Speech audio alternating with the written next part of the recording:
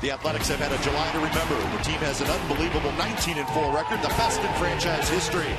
The team is gelling behind its clutch hitting and its stellar pitching, from the starters to the bullpen. They are being noticed nationally and have been a tough team to beat both home and road. Well, the trade deadline has come and gone. Maybe the best move was no move at all. But clubhouse chemistry is at an all-time high. Bob Melvin has his team believing they can make a run at the postseason, which is just a little over 8 weeks away. Do the Green and Gold have the formula for success in the East Bay? Only time will tell. The A's push for the playoffs is on.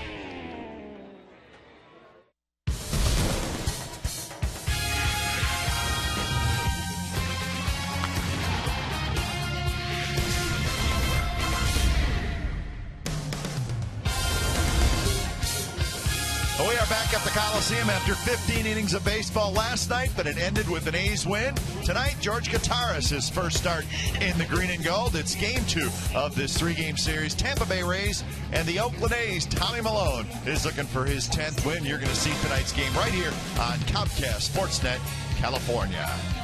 Good evening, everybody. Welcome to Oakland A's Baseball, along with Ray Fosse. I'm Glenn Kuiper. Well, of course, today, the talk of baseball is the trade deadline. It has come and gone. A lot of trades were made, but no trades by the Oakland A's. But I think the A's are feeling like, hey, the way we're playing in July, maybe we don't need any additions. And, Kuiper, that's the key. Playing great in July, and why change up a club that's playing so great? Everybody's gelling together. I think Johnny Gomes said it best. If you add, you have to subtract. Well, who are you going to subtract? With those numbers, both offensively and pitching, they've hit home runs, they've driven in runs. The pitching has been superb, whether it's the starters or the relievers. So really, it's hard to change a ball club that's pitching so well. Sure, you can make moves, but probably just to make a move, to do something, the A's did not need to do it. I'm happy they really stood pat. So I think we'd like to have July last a little longer, right. But August 1st is indeed tomorrow. Pitching matchup tonight, Tommy Malone and James Shields. Malone's been very good. Shields, a very good pitcher, but having an off year.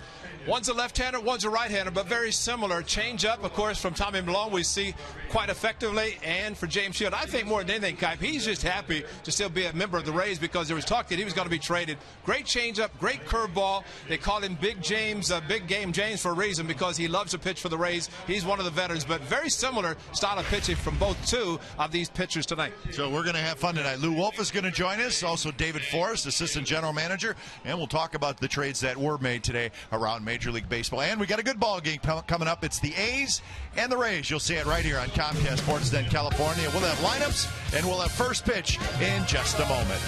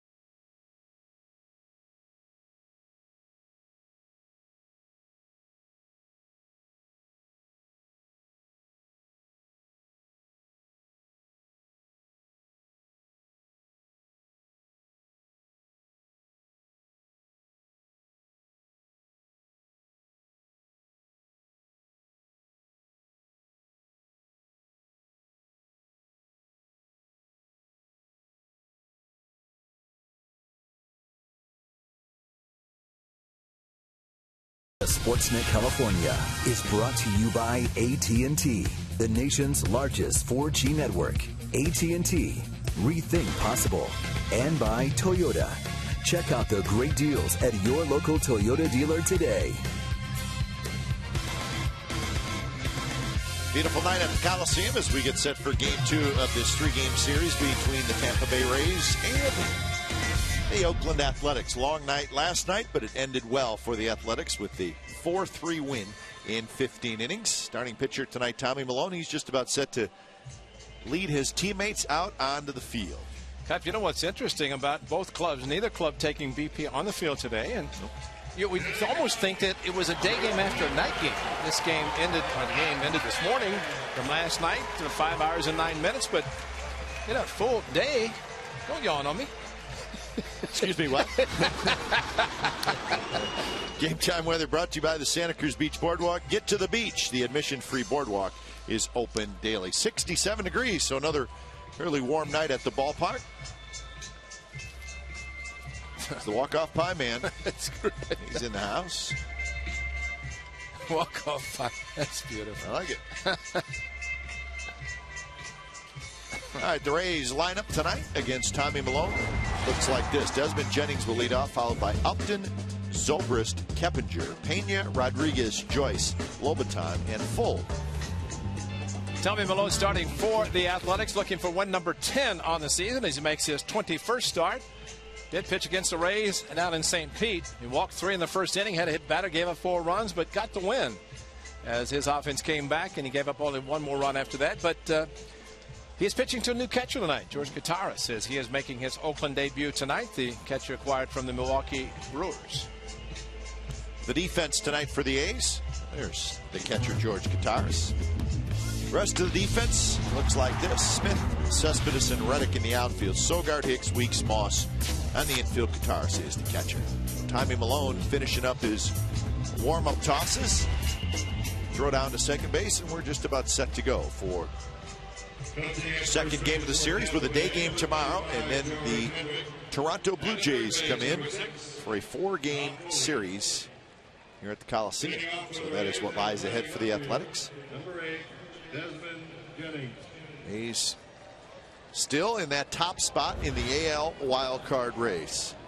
The Angels in the second spot. A's a half game ahead of the Angels, and the Angels again playing tonight in Arlington and again beating the Rangers. Angels with a 6-2 lead in the 7th over Texas. So keep a close eye on that game as it heads into the late innings. Tommy Milone with his great changeup, and Gutierrez, I'm sure, has watched some video of Tommy pitching. Normally, you would see a catcher for the first time, watch a video of the opposing team, but remember, George Gutierrez coming over from the National League, joining a club and catching pitchers for the first time. And it's 3-0. Ed Hickox is calling balls and strikes tonight. This night, Jennings is batting the dugout. 3 pitches, 3 strikes. Different strike zone already for tonight. And that one is a strike. So 3-1 the count to Jennings, hitting .236, 7 home runs, and 29 runs batted in.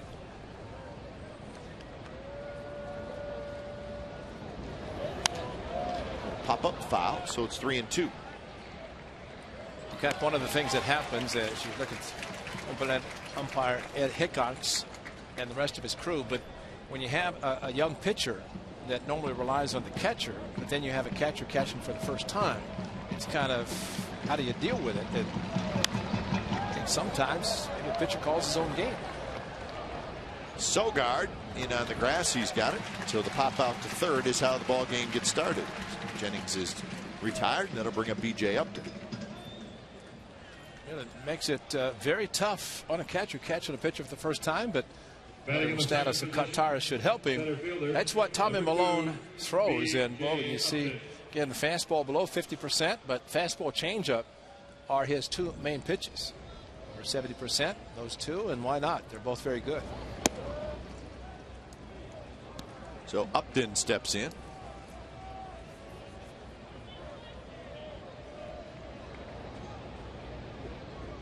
Upton hitting .242, 9 home runs, 36 runs batted in.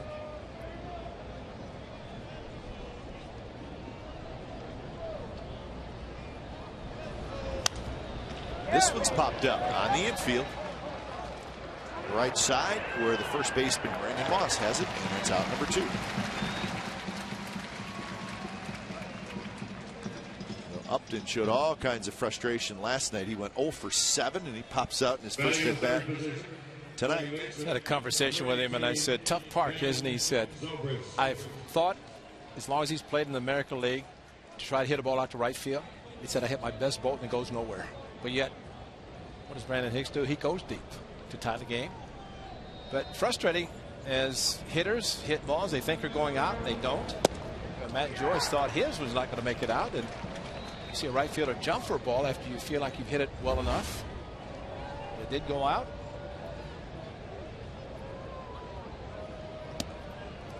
1-1 the count to Zobrist.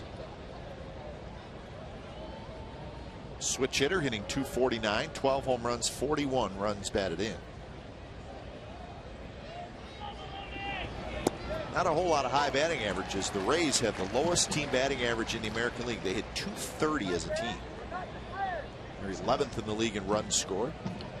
Joe Maddon hopes to get Evan Longoria back in the lineup when they return back home, and if he is back in the lineup, that would help. Make a huge difference, because it will position other guys in the lineup. And it right now they feel that Zobrist, who's walking so many times, you mentioned last night, good eye, but kind of pitch him carefully because he's one of the better hitters in the game, or in their team. And did he go? Yes, he did. It's a strikeout, and that's a 3-up, 3-down inning for Tommy Malone. So the A's will now go to work against the big right-hander, James Shields.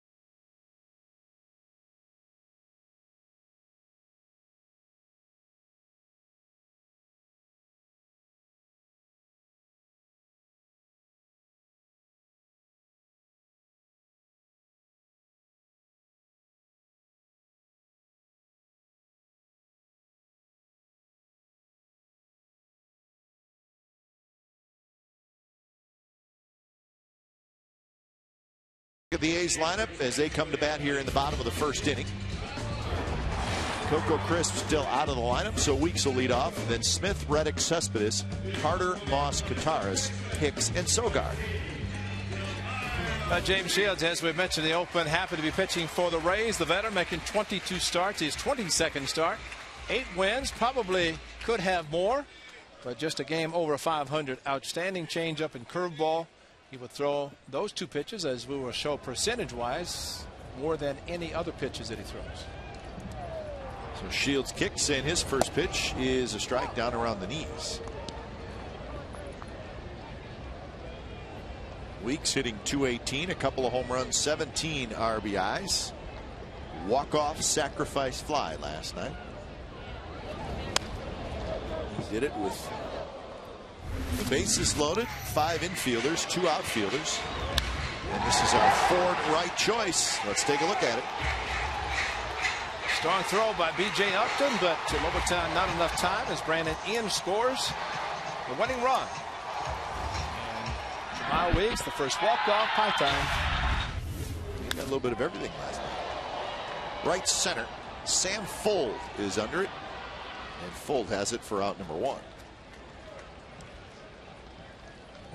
So the defense for the Rays tonight looks like this. Jennings, Upton, and Fuld in the outfield. Keppinger, Rodriguez, Zobrist, and Pena on the infield.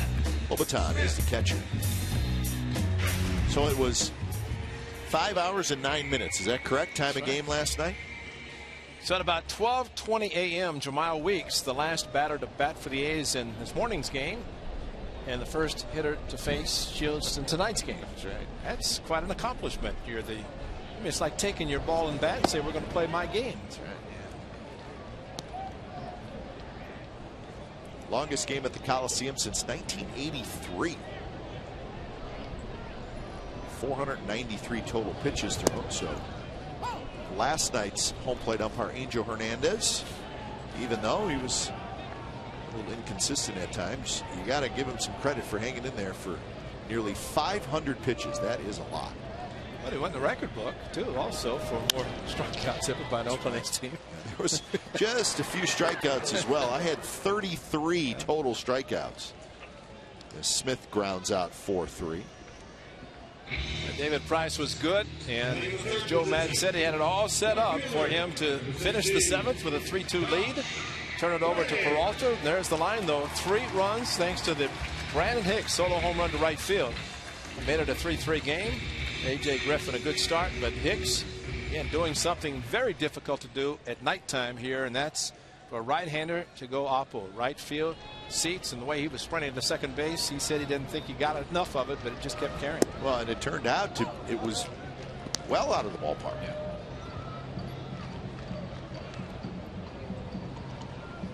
Oh, and 1 to Reddick. Tough night last night for Josh Reddick. I'm sure it made him feel a lot better that the A's won the game. He was 0 for 7 with 4 strikeouts. It picked up his 11th assist, which was very big in the game because it could have been first and third. But instead, he threw out Carlos Pena going to third. Well, we talked about it. There was 2 situations in that game that really helped the A's, and they were mistakes by the Rays. One was Pena trying to go to third, and the other one was just not bunting in what was it, 14th, 15th inning? I don't remember exactly what inning it was. The Rays had first and second, nobody out. And what inning was it, Ray? It was the 14th inning. Yeah. I asked Joe Madden about it, and dying to know. Yeah, well, Joe Madden, he knows his personnel as well as anybody because he is the manager. He knows his players. We're going to talk about it. Top of the second. I want to know. I knew that's exactly what he was going to do. That's why I just slowed down my reason. You're good. You're good. Second inning coming up.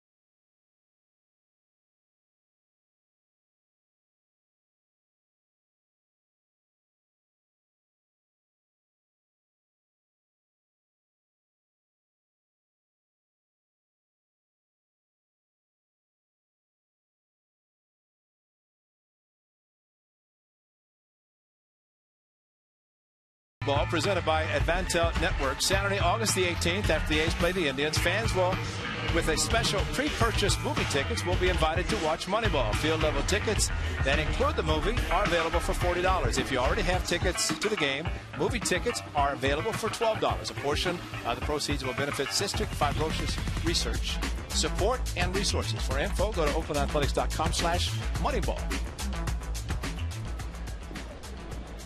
So second inning, it's Keppinger, Pena, and Rodriguez against Tommy Malone.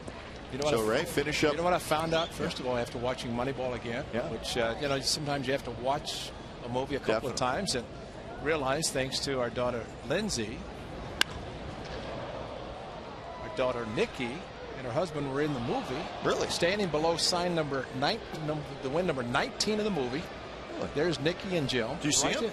Well, thanks to Lindsay, she saw it and said, rewind it, and there they were. There they were. That's great. They had come in for the series, and nice. They were there, but so they're in the movie. Not even part of the extra crew, just the footage that was taken from the game.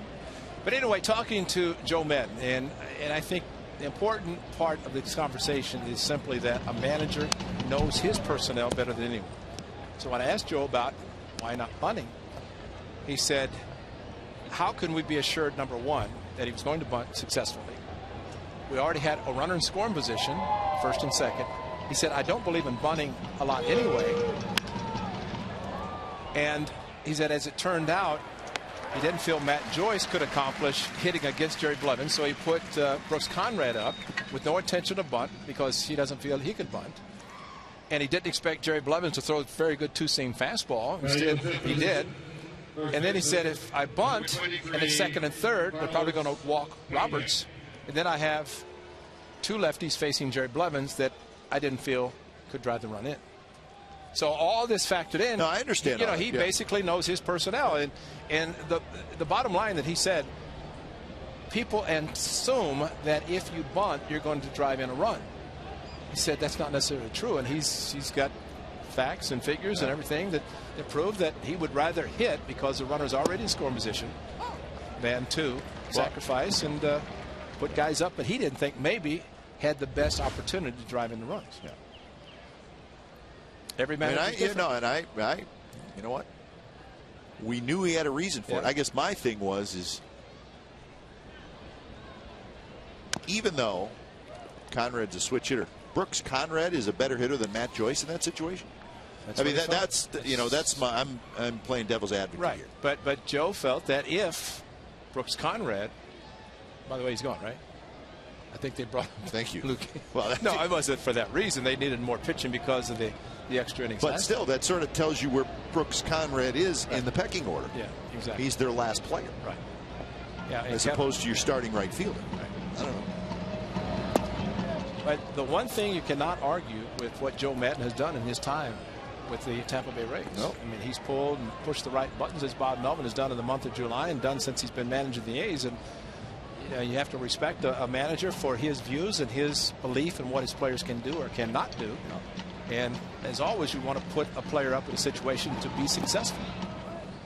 In that situation, and you know, I said, well, if he grounds into a double play, you have a runner at third and one out.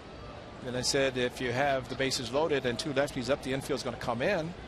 And, you know, he just factored it in. That was the decision he made and had everybody questioning. But what's interesting, reading some of the articles of the Tampa Bay Rays, their writers didn't ask him. Well, that's ridiculous. Well, I know that they wouldn't ask him, but maybe because they knew his answer. But I was surprised they hadn't asked the question. So Pena swings and misses, so that's out number 2. And this is probably what Joe thought it was going to happen last night with Jerry Blevins. Because he did hit a fly ball, but it was after the fact. Well, I think that's part of the questioning, too. Now, you don't know this is going to happen, but those two hitters that came up after Conrad, they both hit fly balls to right field. Right. So, again, that's all hindsight 2020. Exactly.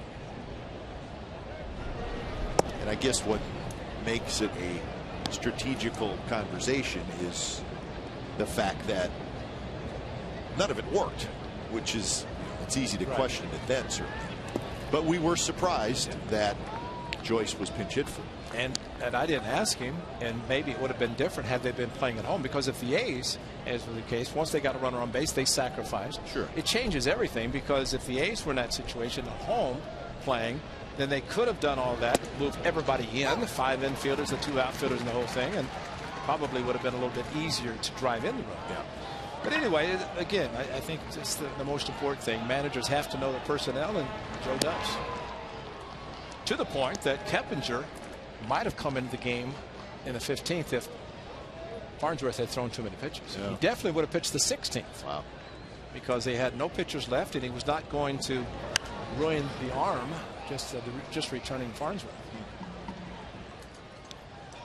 But I think when you play 15 innings and it's obviously a tight game and there's a lot of runners and stranded runners, there's always a lot of strategy to talk. Yeah, absolutely.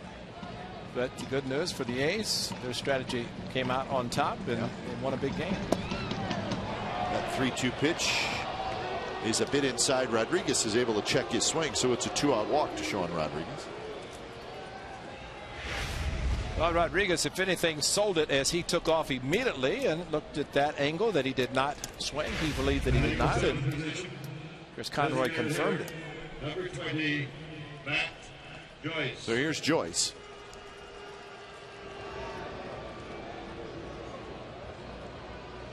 Joyce's home run last night gave the Rays a 3-2 lead. Then Hicks's home run tied it at 3.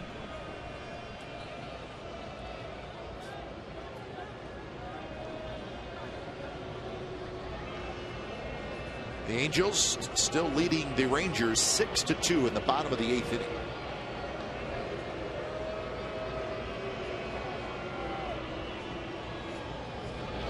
Joyce swing and a miss.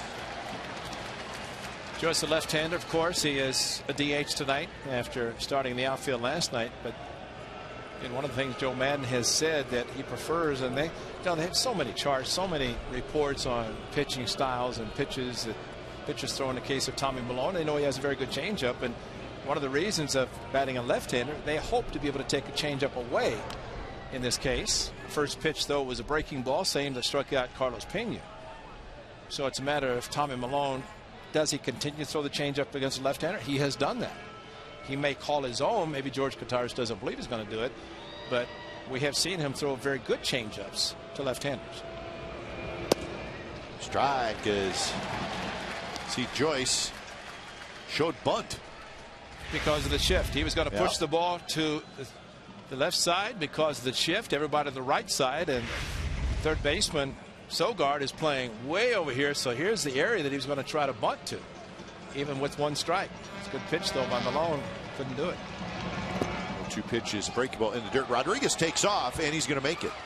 So a good secondary lead by Sean Rodriguez, and as soon as that ball bounced in the dirt, he took off. So that's pretty good base running. Especially with 2 outs, you take the chance.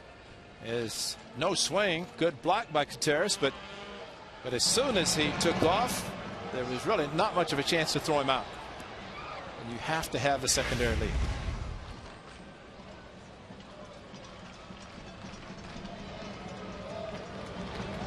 So now a runner at second. And that one's bounced to Weeks, who's way out on the grass. He's got it, side retired. A runner left. We'll go to the bottom of the 2nd inning. It'll be Cespedes, Carter, and Moss. No score.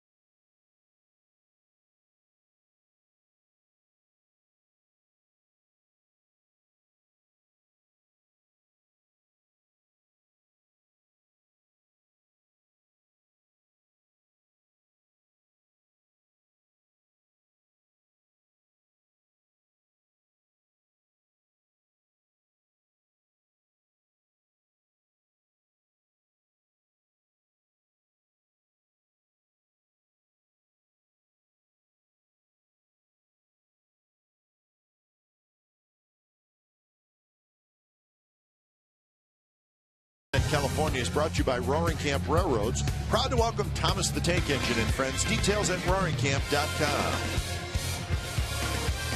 Bottom of the second inning from the Coliseum. No score. Yoenis Cespedes will lead it off, followed by Chris Carter and Brandon Moss. A's coming in with a 56-46 record. And they have won 10 out of 12. We showed you in the open the sensational July 19-4. And this is the last day of July, so we're not asking the A's to duplicate July in the month of August, but be nice. Get people really excited. That's interesting, which I think they will. Cespedes fouls that at the plate. 0-2 the count. A's are 30-21 at home. They're a game over 500 on the road.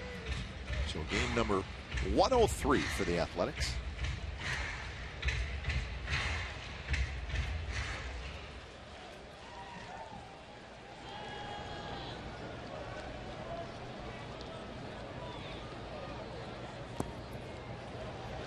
The 0-2 pitch is in the dirt. It is amazing what confidence will do for a team. Confident to know that, talking to the players, they all believe, as they all in the top step last night after the game went into extra inning, just figuring it's going to happen. They're going to find a way to score a run. There's the changeup. Cespedes swings and misses. So that's out number one. Here's the Geico quote. Comes from A's assistant general manager David Forrest on the trade deadline. We said all along we had to be respectful of the group that's here and how well they've played, and also respectful that a lot of our success has come because the young players, and we're going to be protective of those guys. So the A's, at least today, right at the deadline, did not make a trade. They did get George Kataris a couple days ago. And we'll be joined by David in the fourth inning. Next inning, managing general partner Lou Wolf is going to join us. So it was a fairly busy day on the trade deadline. Some big names were moved. Big names to big clubs, especially in the American League West. You're kind of the top, isn't it? Shot to left and a base hit for Carter. And you see the production of Chris Carter, Brandon Moss. Tonight it's Carter DHing. Moss is a first base, so both in the lineup, and we have seen that. Sometimes Carter's played first, Moss in the outfield. Chris Carter, the stride short, but a very, very quick swing. So much different than what we saw a couple of years ago and last year, and it's really nice to see the big guy come through and swing the bat well. Complete game is very good. So that's the first hit of the ball game. It belongs to Carter, and here's Brandon Moss.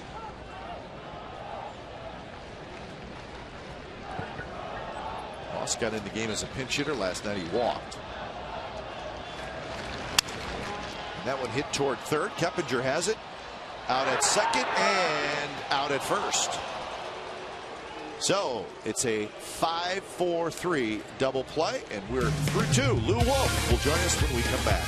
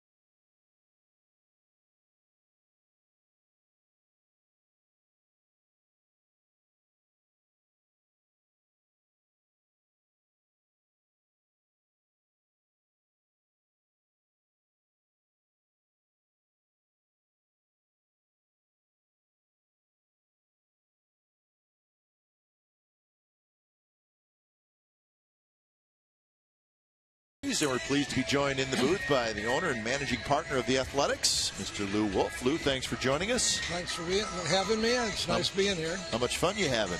Too much, really. Now, we wanted to extend July a little bit, see if we could get a couple extra days added, but unfortunately the month is coming to an end. But unbelievable. Pretty good month. Not too bad, yeah. One of the best ever, actually. So you're having fun, though, huh? Yeah. Have you guys been here all night, or did you go back? We stayed, yeah. Good. Yep. Came into this morning, so we just stayed. But Lou, we saw you in 2006. I can still see you down in the dugout in Seattle, a clincher, and you're shaking everybody's hands. That's not a good start. Lobaton Sorry. is going to try for two. And no. Throws a lollipop into shallow left field. Wow. All right, we're going to say that's the worst throw we've seen Reddick make. But anyway, you had so much fun in 2006, and we know how much you like winning. Absolutely. What have you seen of the club this year, and especially this month of July, to where you're very hopeful of a lot of success for the club, in not only in the past but in the future? Well, the pitching's miraculous. We even have a lot of talent that we haven't brought up yet, according to Billy and the guys. I think, aside from having a great run this year, we're really building a terrific young team, very fast team, good hitting, home runs count. Walk-offs? I like those walk-offs. Seems like there's a walk-off every other game, which that's fine with me. Now, how often do you talk to Billy about the team? We talk at least once to a couple of times a day. Okay. Some of it's meaningful, some of it's just fun. This last couple of weeks with the trade deadlines coming up, there was a little more discussion. Didn't do anything miraculous at the end.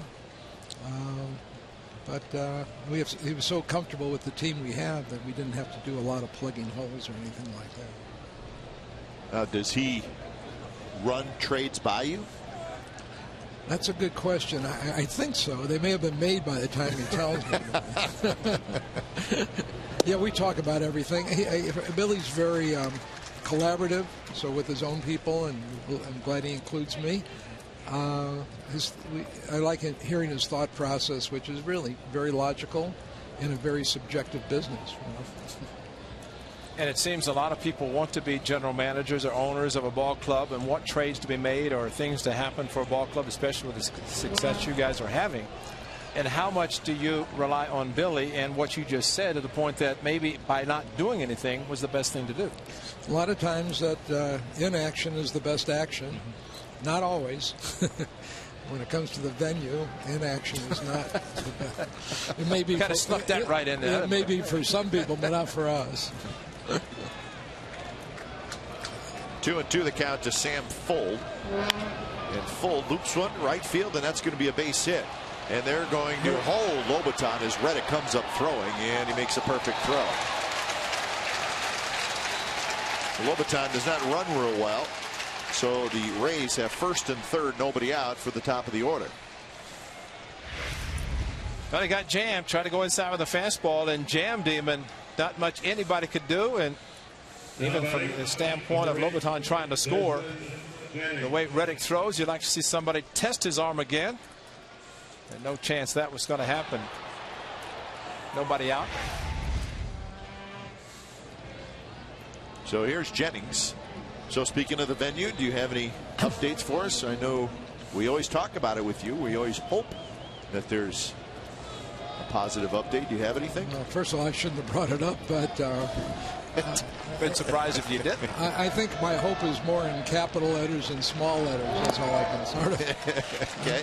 The commissioner has asked all the people involved to just follow the process, which I know is a little bit excruciating, but we're doing it, and I'm hoping that we'll prevail with something that works for everybody. 0-1 to Jennings.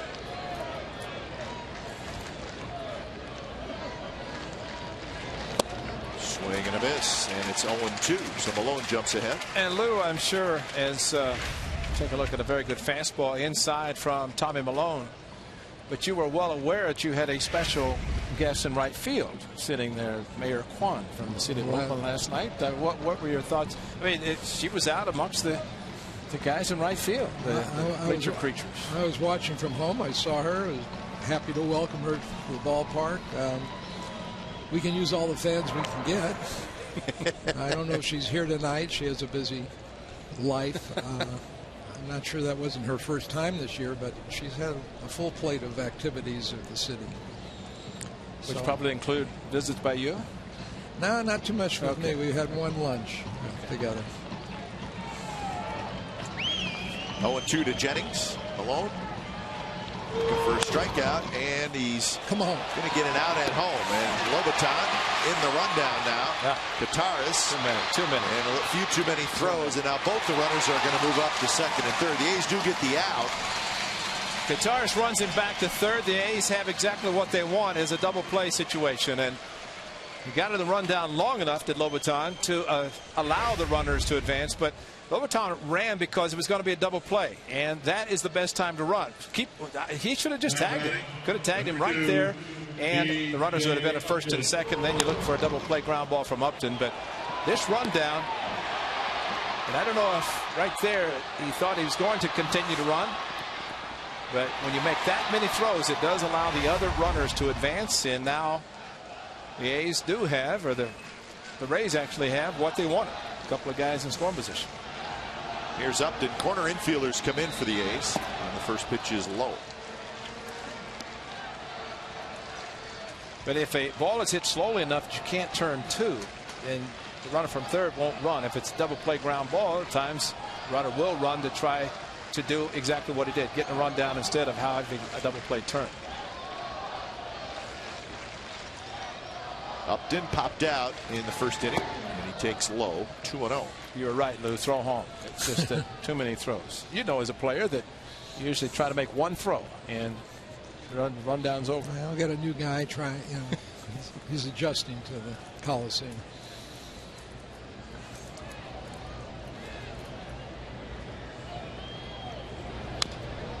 Bouncer foul. Pretty good speed on the bases with Fold and Jennings.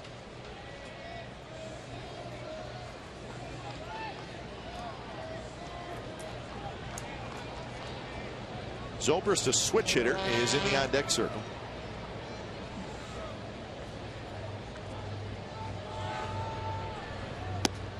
Just a touch outside, but a close pitch, 3-1.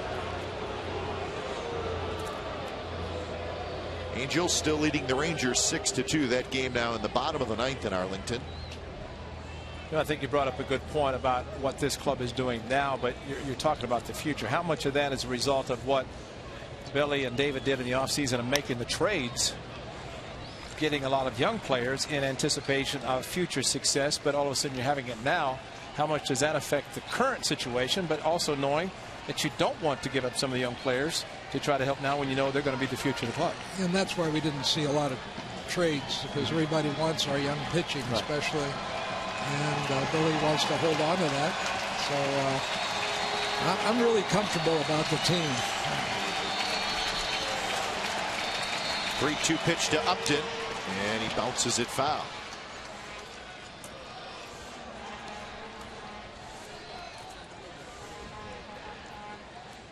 One of those guys, A.J. Griffin, last night. They just keep coming up from the minor leagues. He looked so calm and cool out there. I was talking to him before this game. He would talk to you before last night, the game he was pitching. It doesn't bother him. No, it doesn't. 3-2 pitch, left field, shallow. Smith coming in. He's not going to get it. 1 run scores. They're going to hold Jennings at third, and Upton comes through with an RBI single, and the Rays lead 1-0. We got him where we want him now. That's right. Jammed him again, just as was the case with Fold, and again go back to the rundown. If the rundown is successful, it's the bases loaded instead of a runner coming in first and third. But now the A's at least have a double play possibility and a pretty good hitter in Zobrist.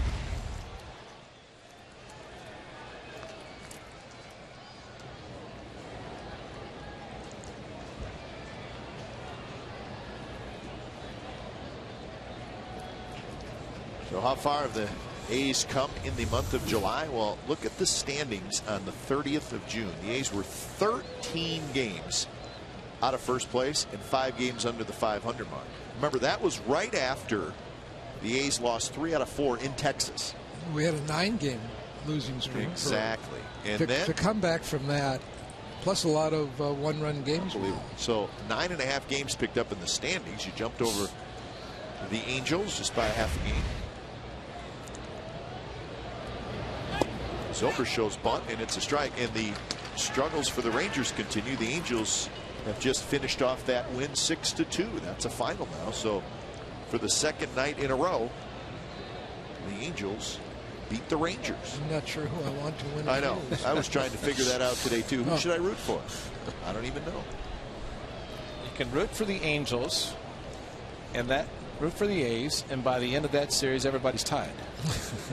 Take your chances. Get everybody, throw a napkin over the 3 teams. You're all set. Runner goes, pitch out, and Kataris takes a pump throw toward third, does not throw, and it's going to be a stolen base for Upton. Would Ray have gotten him at second? Ray would have gunned him at third and then gunned him out at second. Well, that's going on a first move by the pitcher Tommy Malone, and B.J. Upton has excellent speed. Not surprised he wanted to stay out of a possible double play. Zobrist hits it back up the middle. Weeks with a double clutch, then throws high, but they still get Zobrist. But a run does come in to score. That's Jennings. So the Rays add a second run, and it's 2-0. And by the stolen base of Upton, no double play. Now batting, So good base running, but fortunately, Jamal Weeks, even though he did bobble the ball, able to get the put out at first. So Zobrist gets his 42nd RBI. And here's Keppinger, Upton now at third. Well, that is what the Rays have to do if they're going to win, is play smart, and they do lead the American League in stolen bases. That is, the steal by Upton was their 89th of the year. So Keppinger hits. He had a fly ball in the second inning.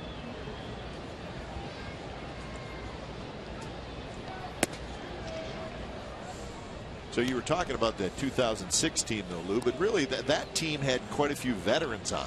So it's really a young pitchers, but the position players were veteran players. Yeah, this is a much different outlook and much better outlook for us. People always ask, where do the A's get the pitching? Have you figured it out? I cannot figure it out. Because you look at the franchise history, or the at least Oakland history, it's been pitching in different eras. Really helped the A's win. Well, it's really. That one's light, but it's foul. You know, it's Billy and his people, and they're watching pitching constantly. I know the cliche is never have enough pitchers, but ask the Angels and Rangers. Right. They both thought they did starting the season, and their payrolls are so huge. Kind of makes you feel good, doesn't it, to know that you can have success and with very good pitching and players, and not have the same payrolls. George Smith, he's got it. Mr. Wolf, stick around. We'll talk for another half inning. Couple of runs for the Rays. They lead 2-0 after 2.5.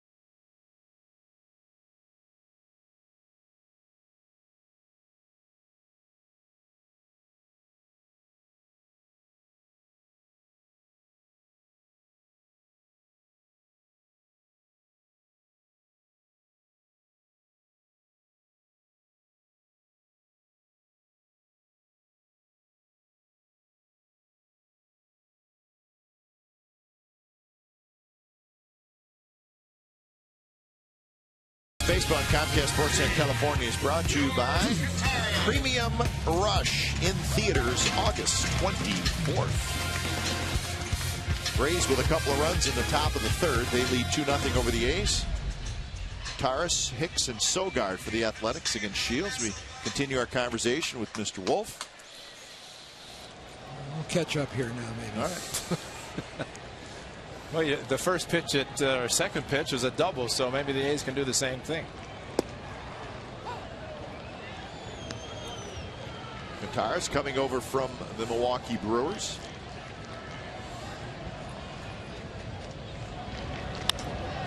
Hit on the ground towards short. Rodriguez has it. And that's out number 1. Well, Lou, you said last night you were watching the game on television, so you were down in South or something. You were watching the game. What did you think when you knew across the bay the team was there while the A's were here, and you saw the two different attendances here with the team that's playing extremely well, and across the bay with pretty much the same record, and after last night the A's have a better record?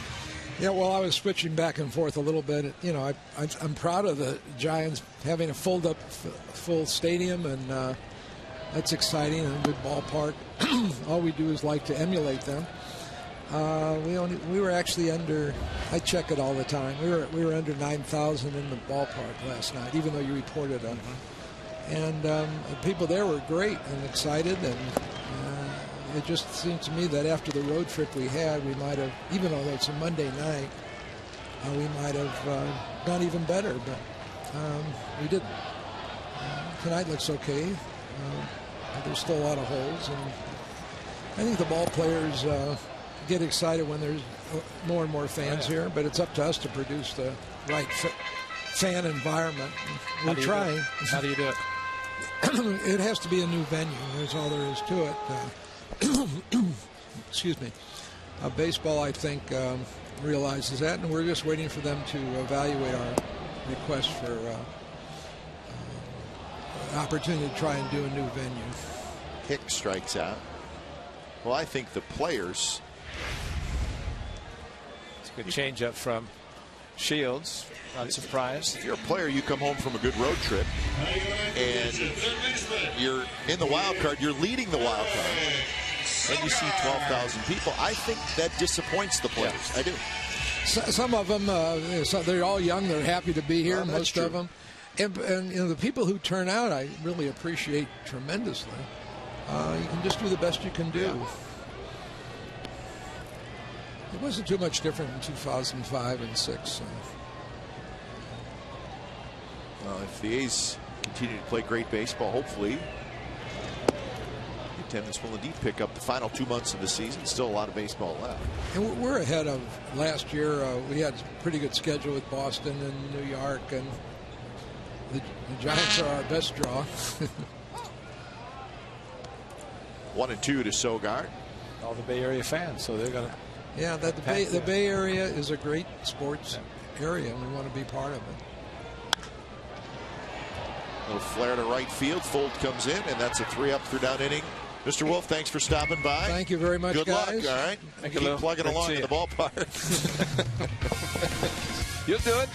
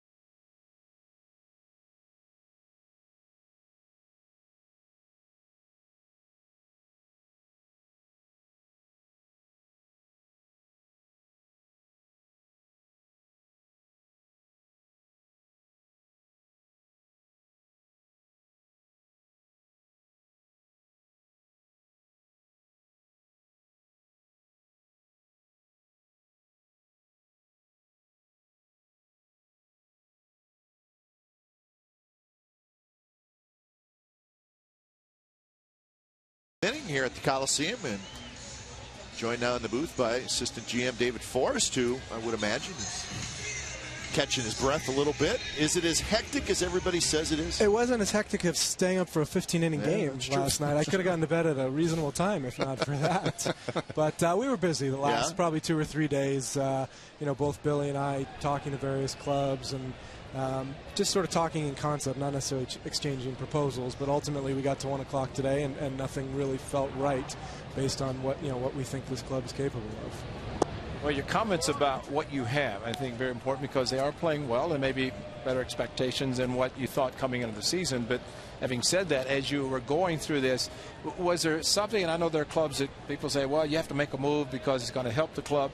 But in the case of the A's, what were you thinking as far as could something have been done, and to the point that you ultimately did nothing? Yeah, we had some opportunities to do things, and there were certainly players we felt like could have helped this team in the immediate future. But adding someone to this club means subtracting someone as well, and we recognize the mix that we currently have. Obviously, has played great for the last 30+ days, and you have to be respectful of that. Not only performance, but the way these guys mix in the clubhouse, the way they play for Bob, things like that. So we had that in mind when we were looking at what the alternatives were. What name came up that everybody wanted?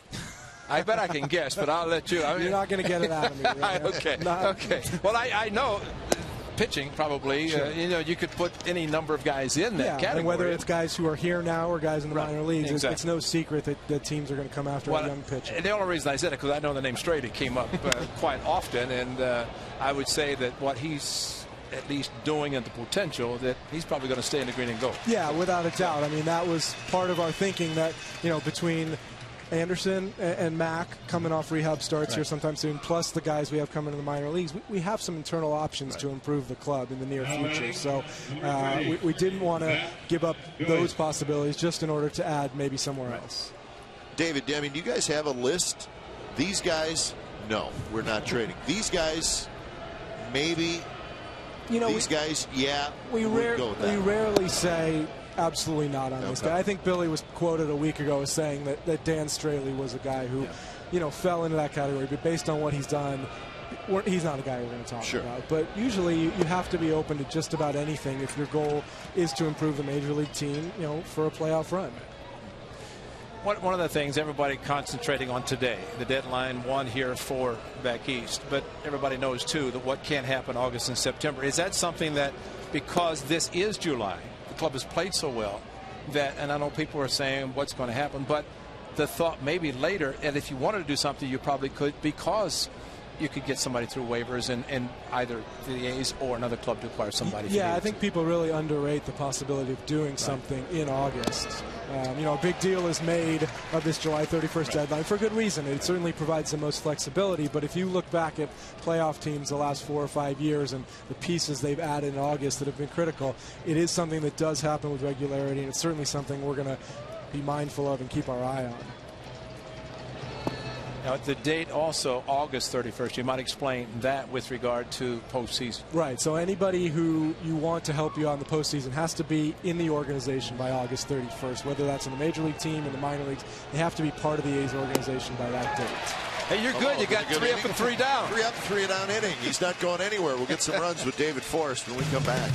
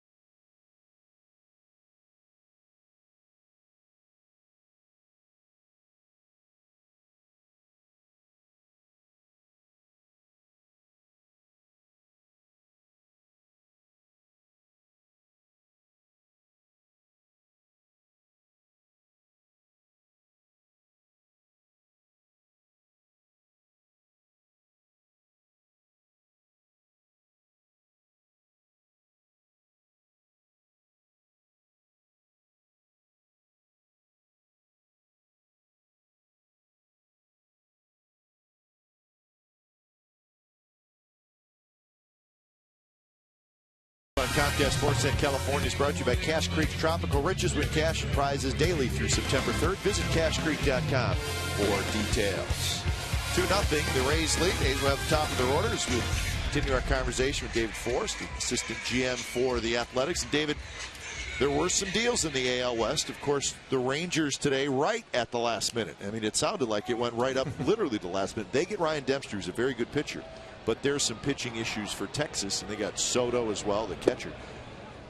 What were your thoughts on those two deals, those players going to a team that you guys are chasing? Yeah, you can't get too caught up in what your your opponents are doing. Obviously, Texas has had their share of pitching troubles over the last few weeks and lost a few guys to injury, so they needed to do something. You didn't expect with Colby Lewis going down and Feliz announcing that he needed surgery that they were just going to sit on their hands, and John Daniels done a good job of bringing guys in, but they don't get to that position unless they've struggled over the past few weeks, which they have. So they needed a good pitcher, and they got one in Dempster. He'll be a free agent, but he's certainly a guy who's pitched very well and can help them over the next 2 months, and gave up a couple good prospects, guys that we had talked to them about in the past. So it wasn't cheap for them. How much did the Zach Greinke trade or acquisition by the Angels factor in, do you think? I mean, there are injuries to the Rangers. Sure. But the fact that the Angels, it seems, they do something, the Rangers, and just like in the offseason, signing guys. So, and they're competing, obviously, for the division, but from your guys' standpoint, the wild cards, how much, and you want the division, first of all, but the factor is the second wild card, the wild cards in general. How does that factor in what you guys are thinking? I said we can't get caught up in what our opponents is doing because we can't chase. I think Texas is in a little different situation. When they saw Anaheim get Greinke, I'm sure they sort of upped their ante a little bit for whoever the pitchers were out there. So, we'll let those teams sort of fight it out and give up prospects and be happy, chasing from where we are. How does it feel to know those two clubs are really thinking seriously about you? I mean, that's sort of the best compliment you can get. Obviously, people have noticed the way this club is played, and they have no choice. I know you showed the stat. We were 13 games back a month ago, and we're 3 back as we sit here right now. So, luckily, they don't have a choice but to take notice. 2-0 to Smith with weak support. David, was there a trade made in the last couple weeks that surprised you at all, or maybe a trade that wasn't made? Is there a team that you thought was going to do something, maybe didn't do it? You always expect the Bostons and the Yankees of the world to do something big, and obviously the Yankees got Ichiro last week without anybody knowing. But when a deadline passes and those guys haven't made a move, it's always a little surprising. Was the Ichiro thing a surprise? It was to us. I don't think really many people saw it coming. It made perfect sense for the Yankees being without Gardner the rest of the way. They sort of replicate that position, and I think Seattle was looking to make a move and sort of move on from the Ichiro era and not have to deal with it this offseason. So I think it certainly made sense.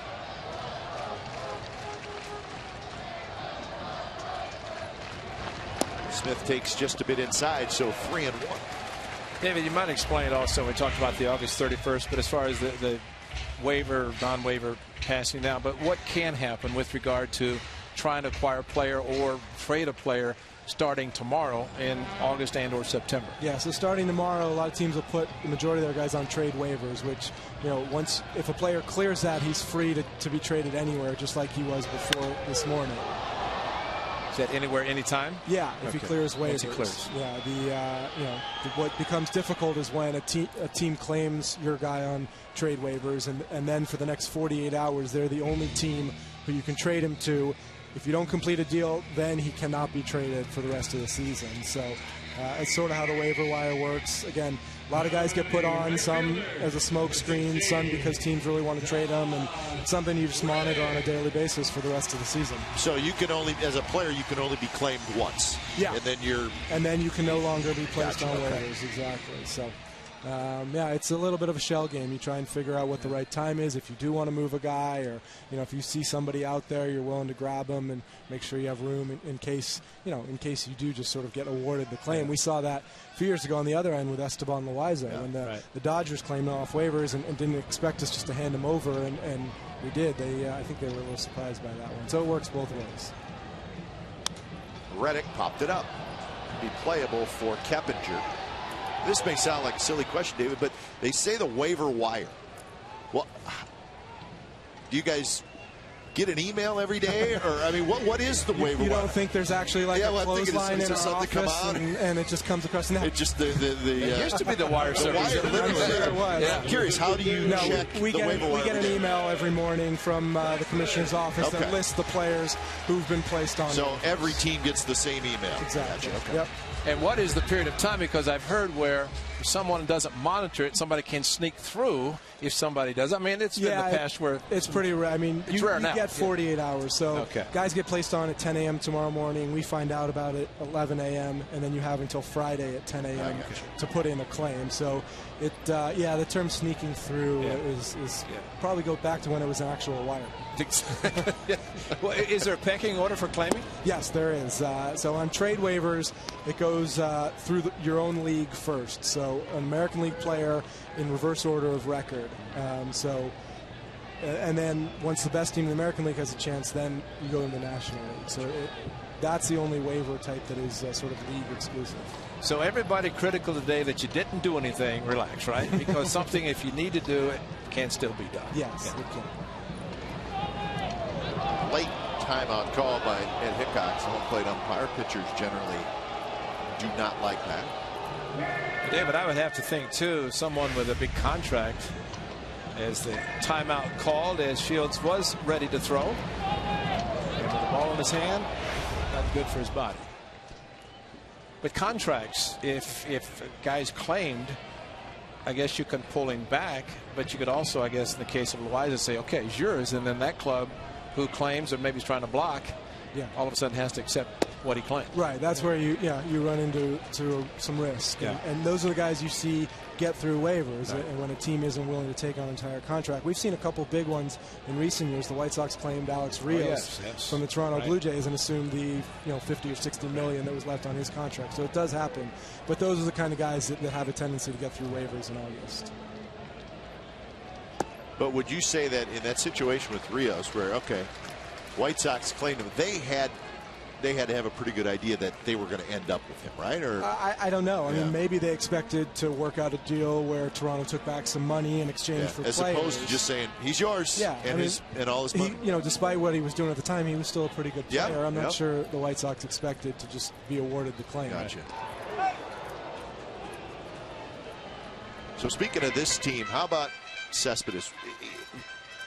Is he even better and more talented than you thought he would be? I know you guys had all the scouting reports, but still, how much did you really see him before he got to spring training? Yeah, I think he's matured and made adjustments quicker than we expected. We knew the talent was there, the ability. The scouting report said so, but what he's done this soon in his major league career has been the part that's a pleasant surprise. And Ray and I have talked a lot about how much better he is now compared to April. Without a doubt. Where he's not swinging at so many pitches. That's the most exciting part. I mean, you come and see on one night, you can see him do some incredible things. But if you watch the full body of work and see how he's gotten better, it's really exciting. And the amazing thing is watch him work and Chili Davis work with him, speaking enough Spanish they could communicate, because that's one of the things in trying to talk, he has no clue. And sometimes that's probably better. I mean, but player, you see ball, hit ball, don't think about what a guy might be doing to you. Well, it's helped him a lot to have Ariel Prieto around. I think that's been good for him. Like you said, Chili does speak enough Spanish to converse with him. So, he knows enough. And the thing we saw from day one in spring training was how hard he works, how serious he is about getting better. And that's something you can't teach. And frankly, you couldn't know that before you signed him. It's worked out great. And he rips one foul. I think the amazing thing that people talk about, seeing it for the first time, is just what he did there, the bat speed.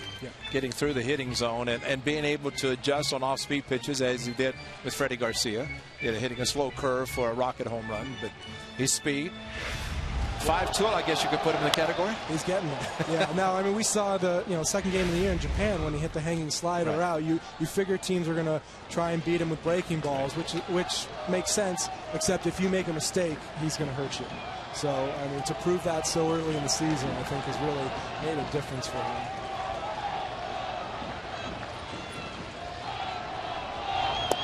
Strike 3 call, and that will do it for the A's. A leadoff single, but nothing else. David Forrest, thank you, sir. Thanks, guys. Good luck in the waiver wire. Good luck to you in the next couple of months. That wire.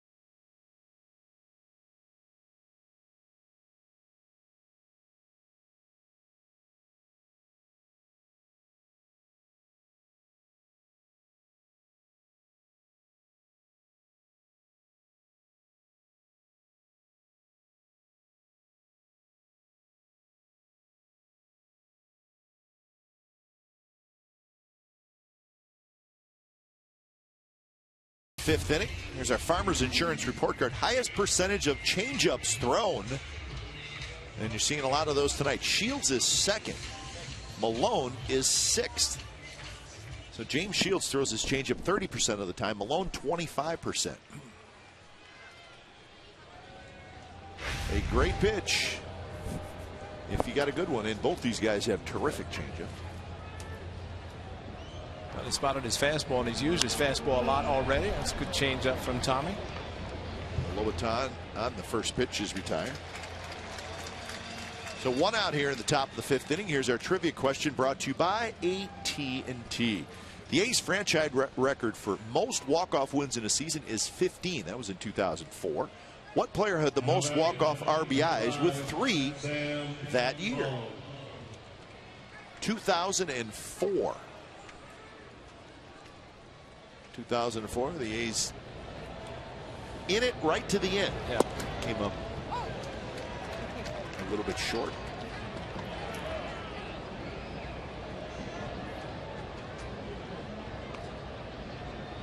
Oh, and 1 to Sam Fuld.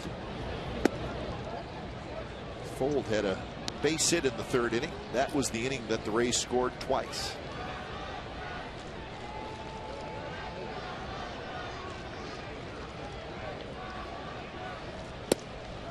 A breaking ball by Malone.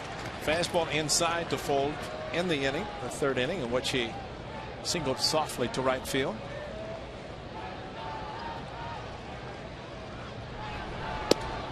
Outside corner, strike 3 called. So pretty good pitching by Tommy Malone. He gets his 4th strikeout.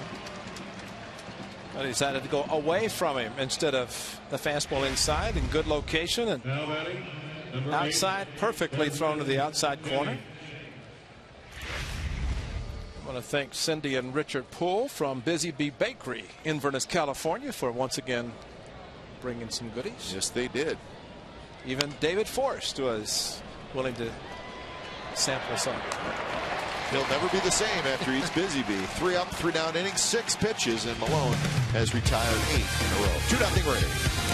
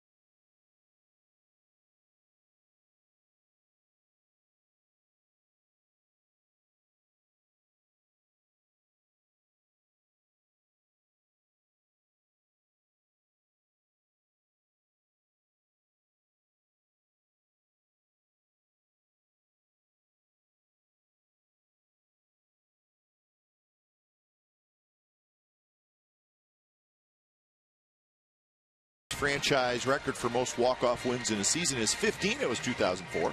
What player had the most walk-off RBIs that season with 3? It was Bobby Crosby. Did it in May, did it in September. In fact, he did it twice in a 4-day stretch in September. Bobby Crosby. And now the Rays leading 2-0 here in the bottom of the 5th. That's the Rookie of the Year, Bobby Crosby. And excellent shortstop, just unfortunately a few too many injuries. Good guy, and happily right now probably out of baseball, enjoying life and family. Yep.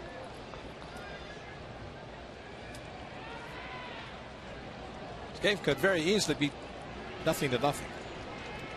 Rays taking advantage of the A's and trying to come back again.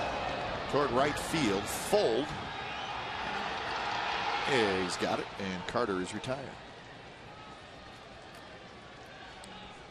Everybody talked about James Shields, been struggling, 8-7 record.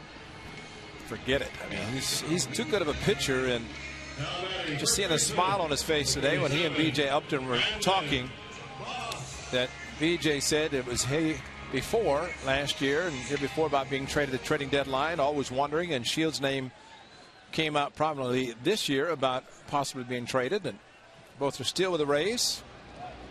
Both had very big smiles on their faces. Well, Shields is just 30 years old, and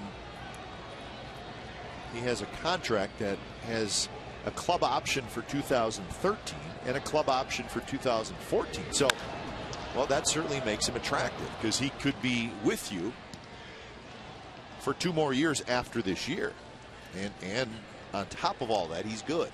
Cost certainty is what clubs like, and you don't have to worry about in case of some guys. That Dempster is going to be a free agent, so do the Rangers try to sign him, and they'll have control until after the World Series to try to sign him. But if they don't, then they've basically given up prospects for a couple of months, or they hope for 3 months with postseason.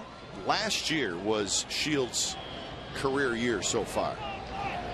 He had huge numbers. He was 16-12. His ERA was 2.82.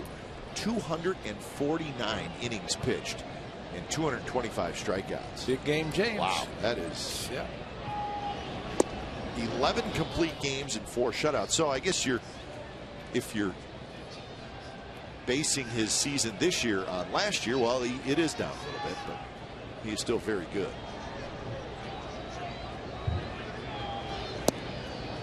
2-1 now to Kataris.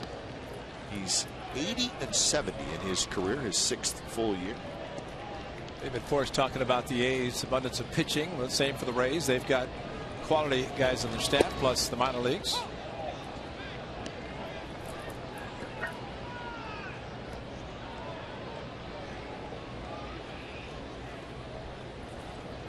Two pitch to Kataris, who grounded to short his first at bat. Outside corner, strike 3 call.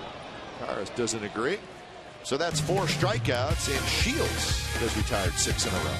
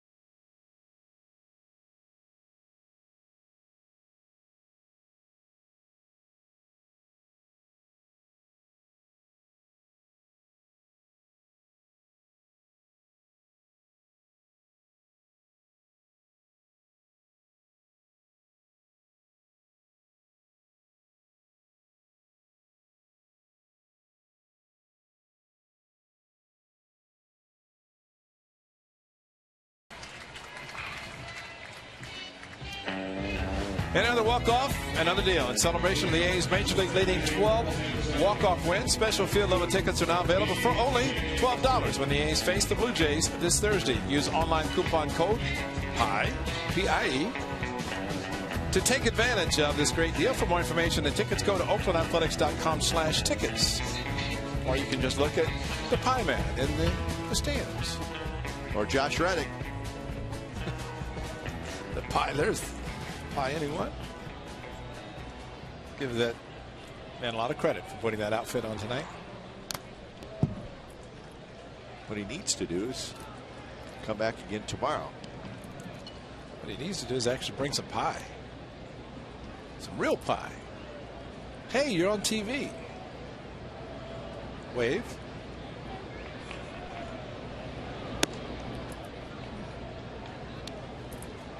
It's a good effort. But our guy in the gold outfit with the gold shoes, gold, that was special. Haven't seen him. 2-1 to Upton. It'll be followed by Zobrist and Keppinger.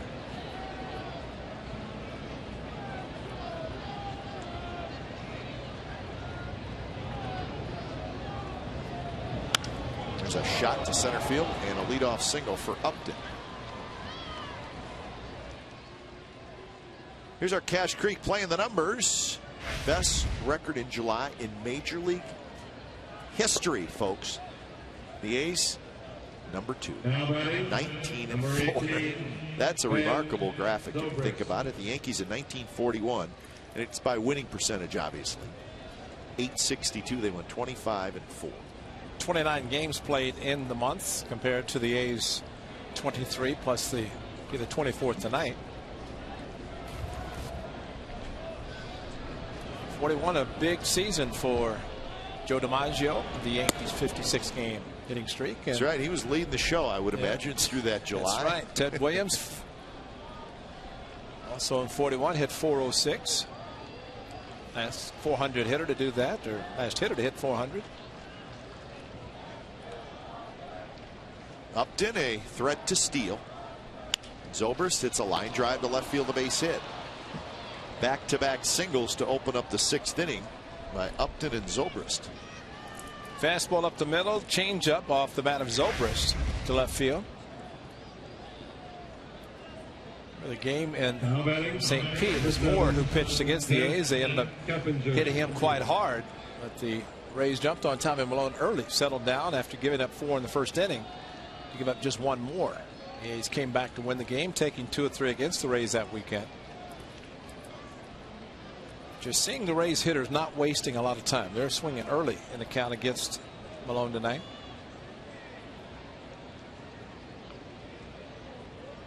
Keppinger with Pena in the on-deck circle.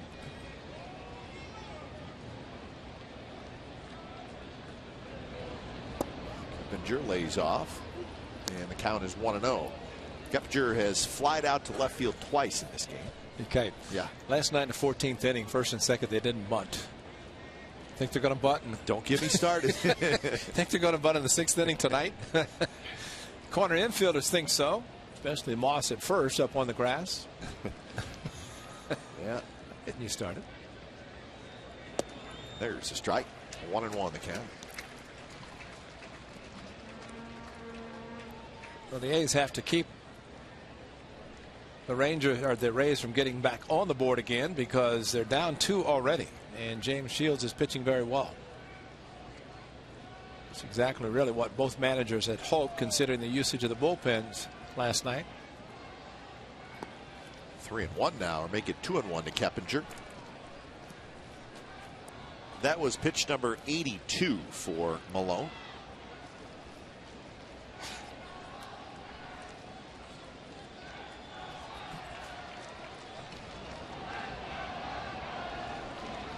Keppinger with that very wide open stance, but he closes it up. Double steal, and it's lined to left, a base hit. Upton's going to score, and Zobrist is going to try for third, and he's in there. So with both runners moving, Keppinger lines one to left, so he's got an RBI single. It's 3-0, and there's still nobody out. Close play at third, but Zobrist just got in. There's the unconventional that hit and run with 2 runners on base, and Zobrist with very good speed. And for Seth Smith, seeing Keppinger approaching first, so he knew if he did throw to third, it would not allow Keppinger to get to second. So a good throw, kept it down just a little bit late. So Kurt Young comes out. So Keppinger gets his 21st RBI.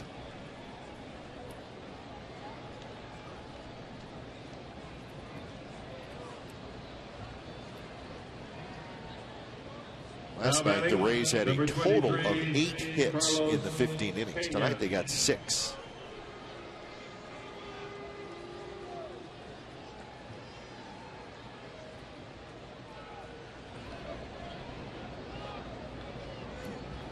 So a walk and 4 strikeouts so far for Malone.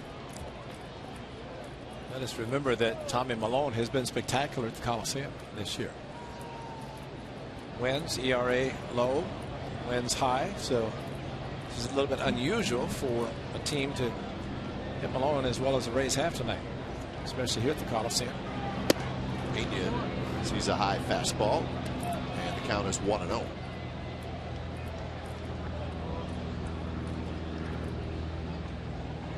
Well, it's about as big of a discrepancy as you'll see. The ERA 0.91 at home, 5.77 on the road.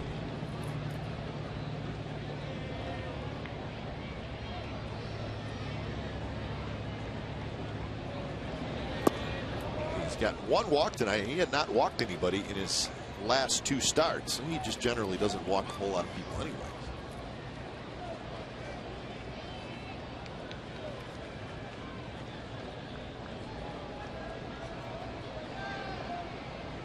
So Pena with an RBI opportunity. He has struck out and hit a fly ball to left field.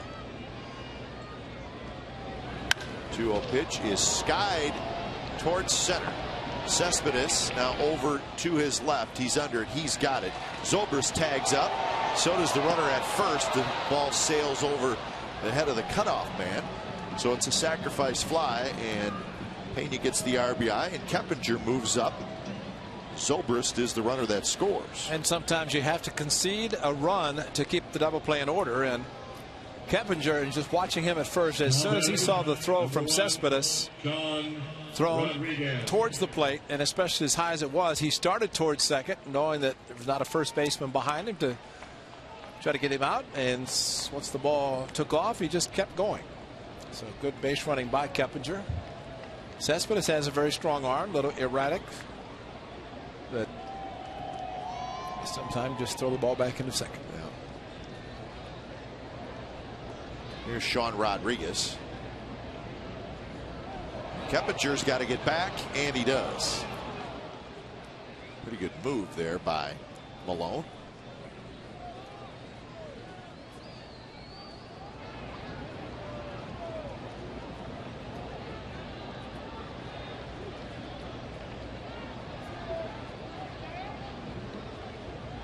So a 2 spot for the Rays here in the 6th inning.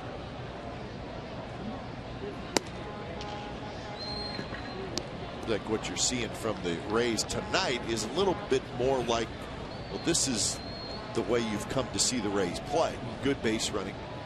Last night seemed a little sloppy.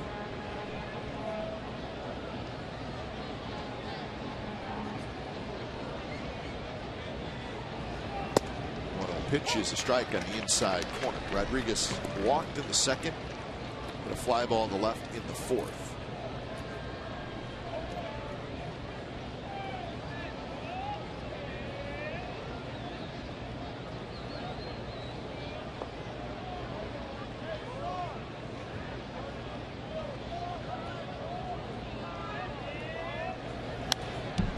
Rodriguez had a pretty good swing that time.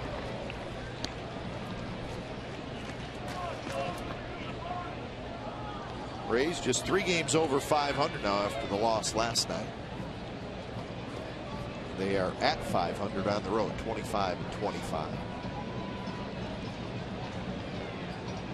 A long road trip, so they'll be glad to head home after tomorrow's game.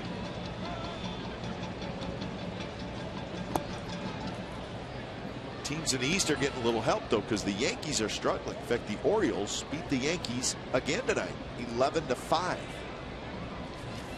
Orioles won 5-4 last night in New York, 11-5 tonight. Baltimore now 5.5 back. Yankees struggling.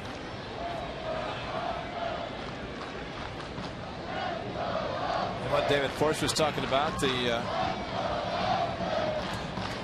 waiver deals, and they'll make some deals. They'll improve their club, and they'll be able to trade for guys. That's going to get through into center field, and that's a base hit. Keppinger is going to come in to score. Rodriguez has an RBI single. So it's now 5-0, the Rays lead.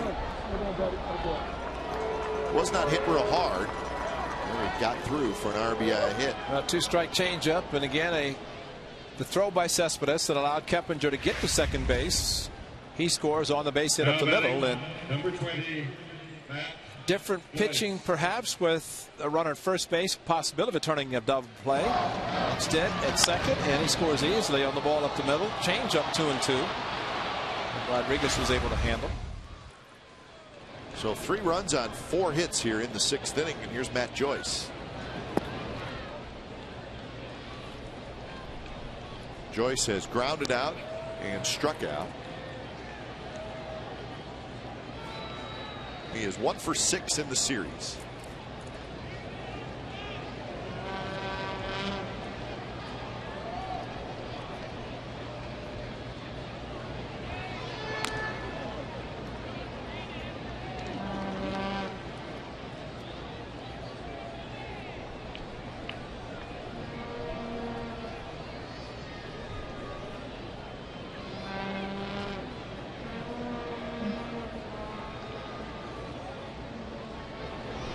Swing and a miss. Ball moving away from Matt Joyce.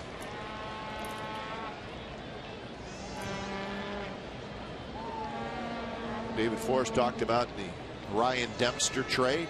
Dempster going to the Texas Rangers right at the deadline. So there was a lot of rumors about Dempster. A lot of people thought he was going to go to the Dodgers. That's was kind of the consensus, but he ends up going to the Rangers. Did he have a no trade or just waited because of 10-5? But he agreed. I guess he had also agreed to go to the Yankees. So there was a lot of things that were happening. But if he is a free agent at the end of the season, then go to the Rangers and they don't sign him long term, then they figured they want to just get him for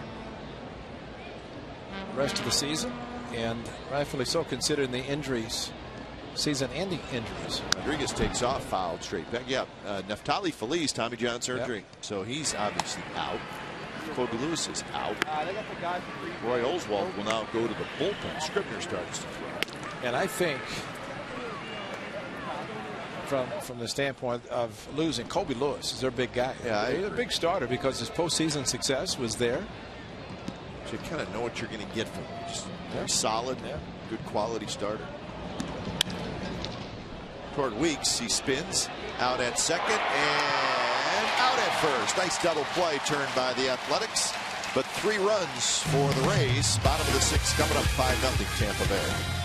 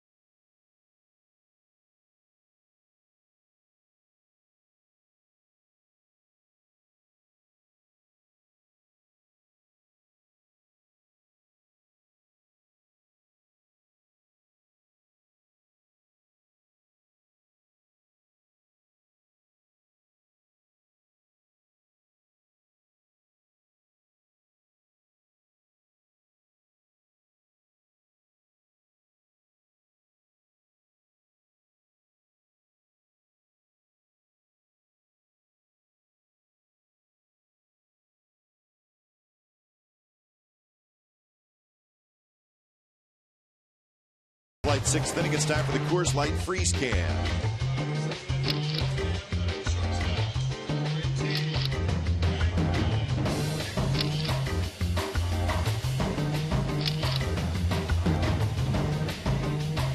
Coors Light Freeze Cam is brought to you by Frost Brewed Coors Light. It's the world's most refreshing beer.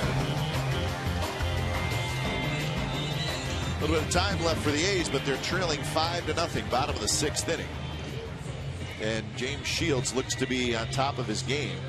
He's allowed just 2 hits, no walks, 4 strikeouts, and only 51 pitches.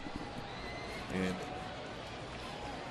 it was a heavily worked bullpen last night for the Rays.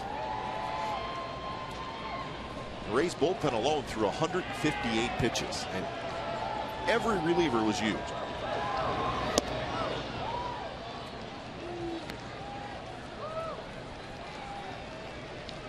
So Shields doing what he needs to do so far anyways.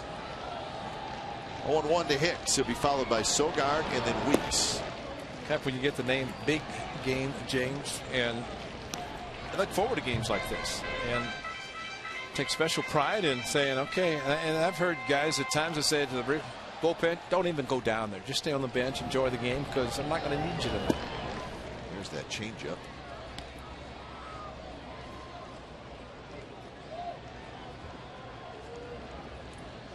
So 1-2. Hicks, one of those 4 strikeouts. That was in the 3rd inning.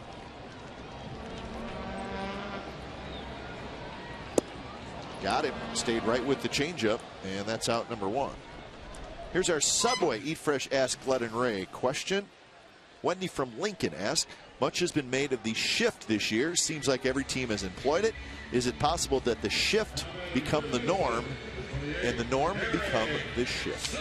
Well, never heard of Norm Shift. Have you heard of Norm Sherry? Norm Sherry. Norm Shift, I haven't heard. Norm from Cheers. Well, she's right. We have seen the shift a lot. Started reading about it in the offseason with the Rays. That they were saying, you know what, we're going to do this year. But it has not been just them. We've seen the A's do it a lot more this year. Some people like it, some people don't, but it's being done based on a whole lot of data. So there has to be something to it. And I guess it's okay if you have guys, and Carlos Pena may be one guy with the Rays that he'll try to still hit into the shift. David Ortiz the same way with the Red Sox. Some guys just won't bunt. But again, my feeling is, and what Josh Reddick did in Toronto, bunting the Blue Jays when Brett Lawrie went to right field. If you hit 30 home runs, you're a superstar. But there's a lot of bunts and hits on the other side. So I think you're going to try to hit through it. And I commend Reddick for making the decision to try to do that. So Joyce thinking about bunting with a shift tonight. But I think it's their percentages now, as John Farrell, the Blue Jays, told me, is that we have percentages of the numbers of runs that we save by employing the shift, and the guys hitting the shift that normally would be base hits. So it's going to be a new statistic. Ball hit the mound, took a big hop to the shortstop Rodriguez, and is 9 in a row retired by Shields, and we're headed to the 7th. 5-0 Tampa Bay.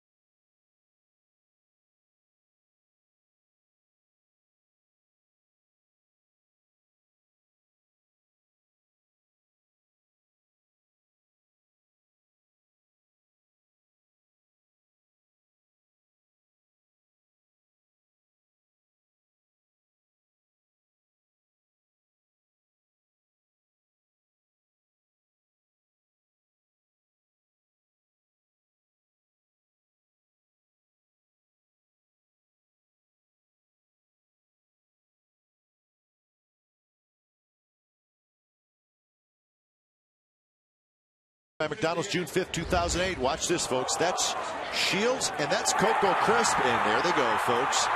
Bench clearing brawl. Johnny Gomes. You're going to see Johnny in there. That was him right on top. They were all ejected. And Coco was ejected for 7 games. Bad blood from the night before. Remember, Joe Madden and Coco got into it. Thought Coco was a little too aggressive on the base paths. So I remember that. That was a pretty good brawl. Johnny Gomes had a full head of steam. And well, we saw him with a scissor cut, and that's just from the dugout. You can imagine from the outfield. So we got a pitching change. When it's time for change, think Speedy Oil Change and Tune-Up. Your oil change tune-up and smog experts. Evan Scribner comes in for Malone. So Scribner here in the top of the 7th inning. So Scribner for Malone. So Tommy Malone will not get his 10th win tonight. Was not quite as sharp as we've seen him in the past. Well, little things in the game could have made a different game out of it, but I think in watching the Rays and seeing the way the Rays have played, that eventually you knew they were going to play the game the right way, and tonight they have so far in the first 6 innings. Here's Lobaton. He'll be followed by Fold, and then the top of the order, Jennings. First pitch from Scribner is down and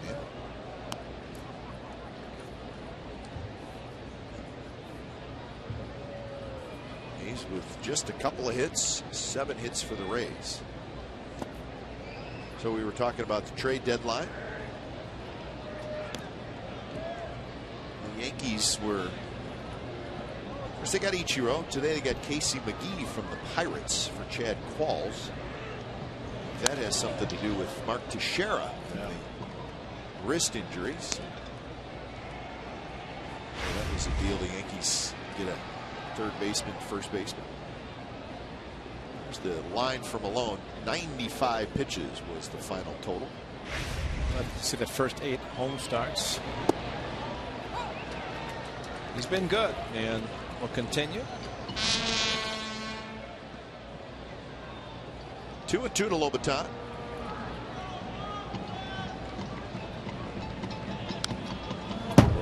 The Red Sox got Craig Breslow from the Diamondbacks for Matt Albers. We've seen Matt Albers, right-handed reliever, and Scott Podsednik. So the Red Sox needed a left-handed reliever, and they get Breslow.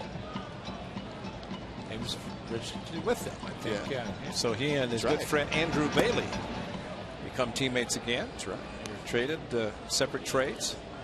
Good friends while playing out on the West Coast, both from back east. They do a lot of charitable work together in the offseason. Breslow's Strike 3 Foundation. Foul straight back. To see the players. I know Barry Zito still has his strikeout for troops and different guys involved in charities and doing different things. So it's always good to see players giving back. And Greg Breslow, I guess now the smartest man has moved to the Red Sox. Smartest man in baseball. That's right. But he's having a nice year. ERA of 2.70 with the Diamondbacks. Now batting, Breslow heads back to the Red Sox. Boston winning again 4-1 over Detroit at Fenway Park. I believe they had some rain in that game. Here's Fold. Jonathan Broxton, the Royals closer, was traded to the Cincinnati Reds. Get him out of the league. He's good. He's pretty good, yeah. So with the Royals, the A's still have to go back to Kansas City and play the Royals. And Broxton, except for the one game here, he's pitched well. That was the game in which he's had one of their comebacks. He's one of the leaders in saves in the American League. So the Reds, who are just playing terrific baseball, they won again tonight. Over Scribner's head. It's going to be a tough play as Fold is fast and he's going to beat it. So Fold has his 2nd hit. So Broxton goes from last place to 1st place. The Cincinnati Reds are 62-41.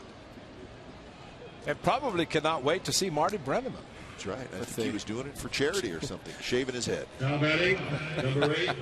Longtime announcer said, I'll shave my head when the Reds win 10 in a row, and they won 10 in a row. And then they lost yesterday, won again tonight. was reminded of Jim Rooker with the Pirates broadcasting, and he was doing a game, and he said, "If we lose this game, I'm going to walk back." That's right. That's right. And they lost. He started walking. And he walked. You got to be careful where you are. Absolutely. You got to be careful what you say, you know. I do that in like Cleveland. I'm walking back to the hotel if we lose. 5 minutes. That's good.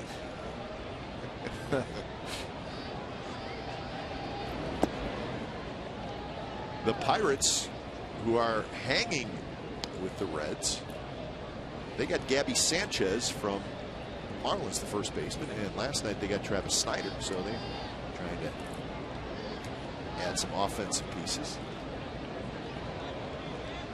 And remember the two biggest names outside of Dempster. Hunter Pence goes to the Giants, which is certainly a big trade for them.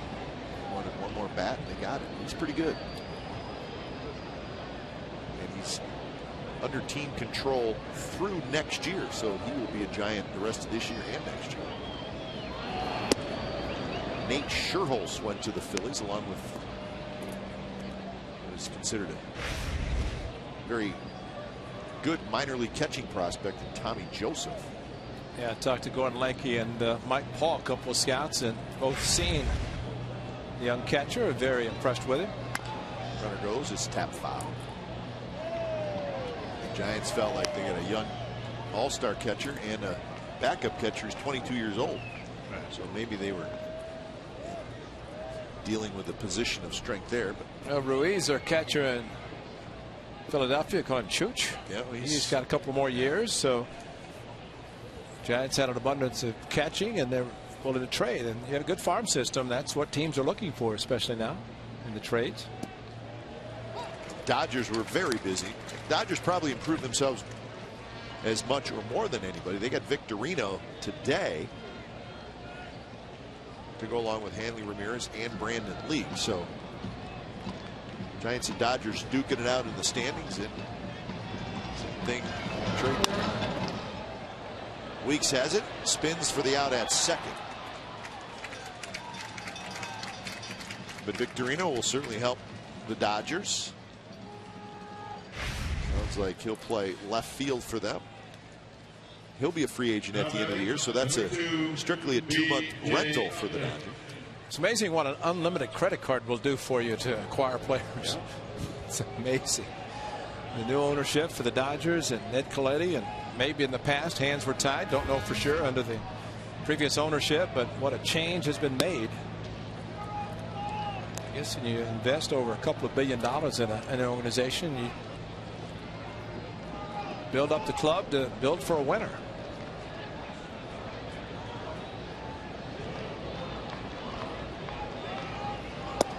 There's a strike. I do think if you're in a situation where you have huge crowds every night, those people are backing you up, you got to make trades, I think. So Upton is now behind in the count, 1-2. And you have to wonder too how far the Phillies will go, considering they're selling out every game. And they traded a couple of pieces, but also signed one of their better pitchers, Cole Hamels, to a long-term deal. Runner goes on 1-2. The throw is just a touch late. Jennings with a stolen base. Pretty good throw by Kataris. Close play. Jennings gets the steal. And a quick release out from behind the box. Very quick. The throw just a little high to the point that Jamal had to bring it down. All the while, I think he got him anyway. Like the foot was off the bag before, or as the tag was applied. 2-2 pitch. Hit hard, and it's right through Hicks, and that's going to allow a run to score as the throw comes home, but it's late. And you just have to wonder how much the distraction of the runner Jennings running right in front of Hicks, almost to the point of jumping over the ball. So E6 all the way, but I think Jennings, watch is Jennings right there, over it, and all it takes just enough, and unfortunately it got past Hicks too far. But watch where Jennings is. Watch this. Jumps over it, and maybe at that point Hicks lost sight of the baseball and just enough to miss it. that ball was hit pretty hard. Very so if it goes out of your view for even a split second, it's going to make a big difference. Amazing he was able to jump over the ball and avoid being hit by it. 1-1 the count to Zobrist. So that's the first error in the ball game.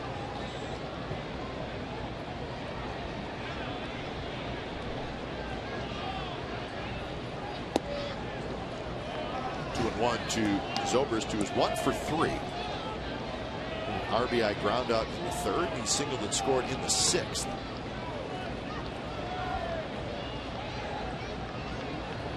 Zobrist was 2 for 6 last night. More action for Weeks. He's got it. Side retired, unearned run for the Rays. So we are going to the bottom of the 7th, 6-0 Tampa Bay.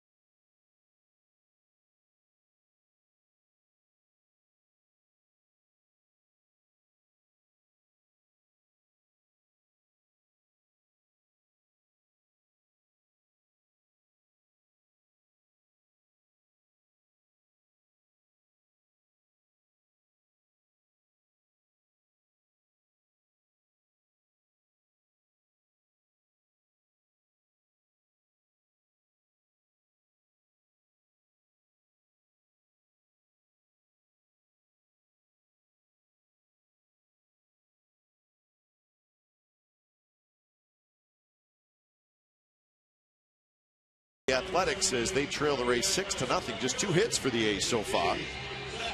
There's a 1-out single by Carter in the 2nd. He was erased on a double play. And Weeks with a leadoff single in the 4th.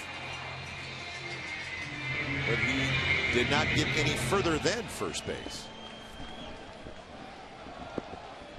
So Smith to lead it off, followed by Reddick and Cespedes. That pitch right there was just pitch number 60 for Shields. He might have told his bullpen, his relievers, don't bother to go down there because he has pitched very well tonight. He's got 5 strikeouts.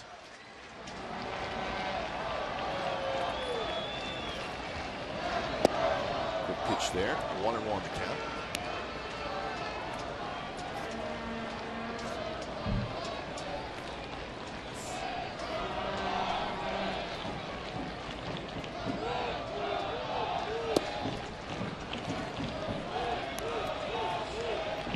So 2-1 the count to Smith.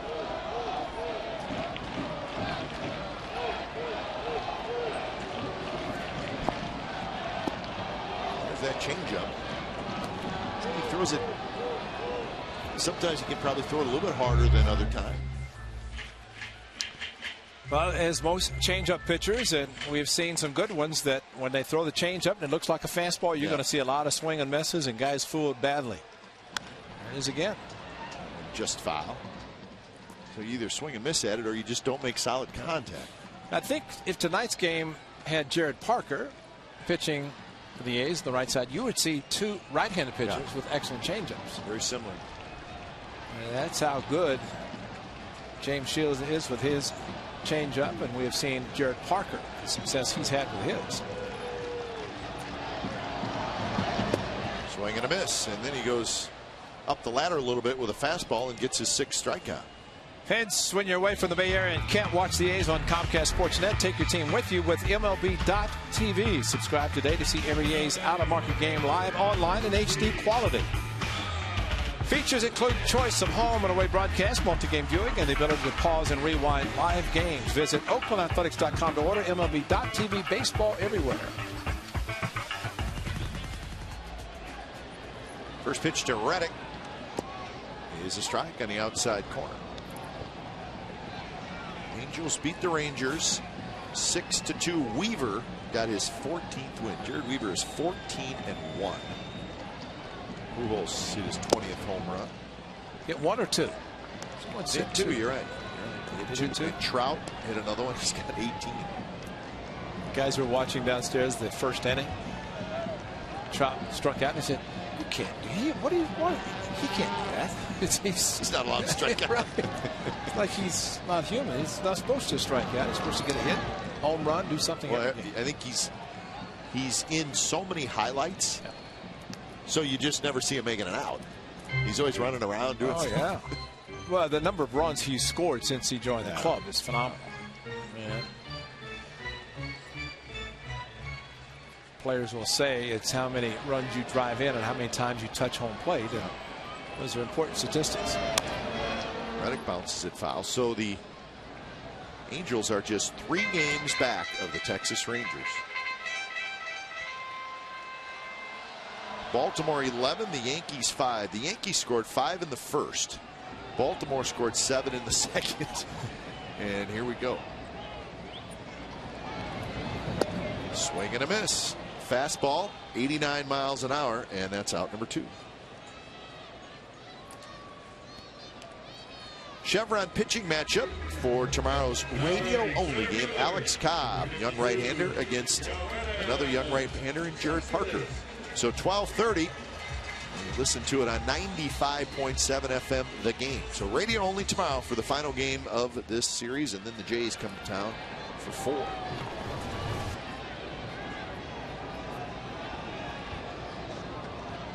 So 2 outs for Cespedes.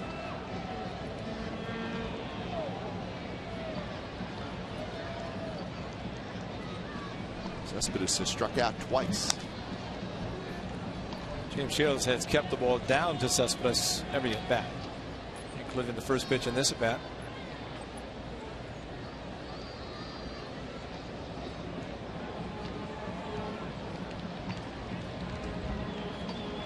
.11 in a row retired by Shields. And there's the changeup, and it's 0-2.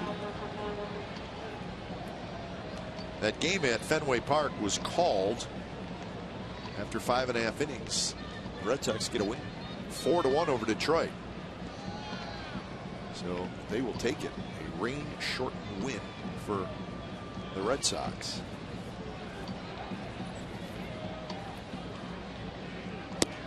Just a bit outside, but pretty good 0-2 pitch.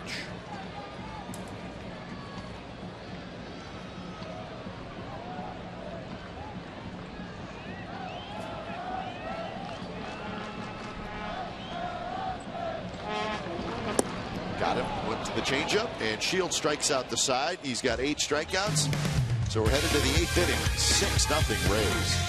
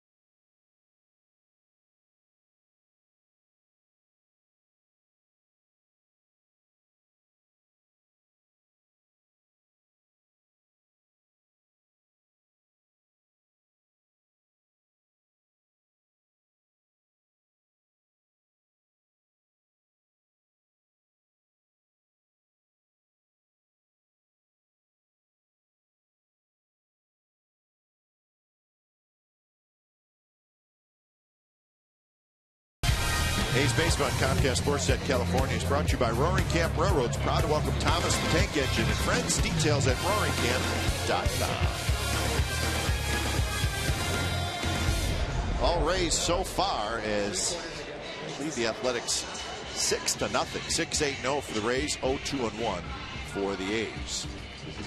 So 8th inning. Evan Scribner came in. He pitched the 7th inning, gave up an unearned run, and he's out there for the 8th inning.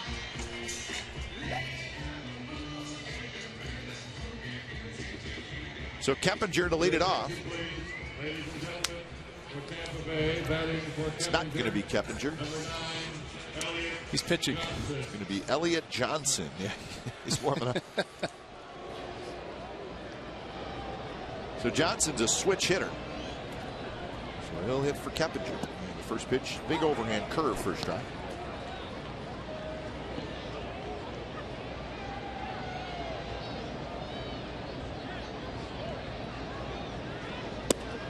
And then a fastball painted on the outside corner. Pitch hitters usually come up swinging the bat as soon as they step in batter's box. You would think. Johnson just waited to get 0-2. And he does, and then he flips it to left. Smith is there. He's got it. A's fourth fireworks show of the season is on Friday, August the 3rd. The show is set to the sounds of the Olympics, and we've heard a lot here tonight on Diamond Vision. Presented by Chevron, and begins after the A's play the Blue Jays at the Coliseum. Bring the family and your picnic blankets and enjoy the show from the outfield grass. On-field capacity is limited. For tickets, go to oaklandathletics.com/fireworks.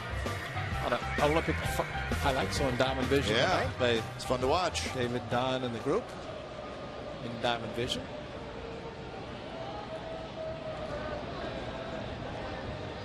So here's Carlos Pena with one out.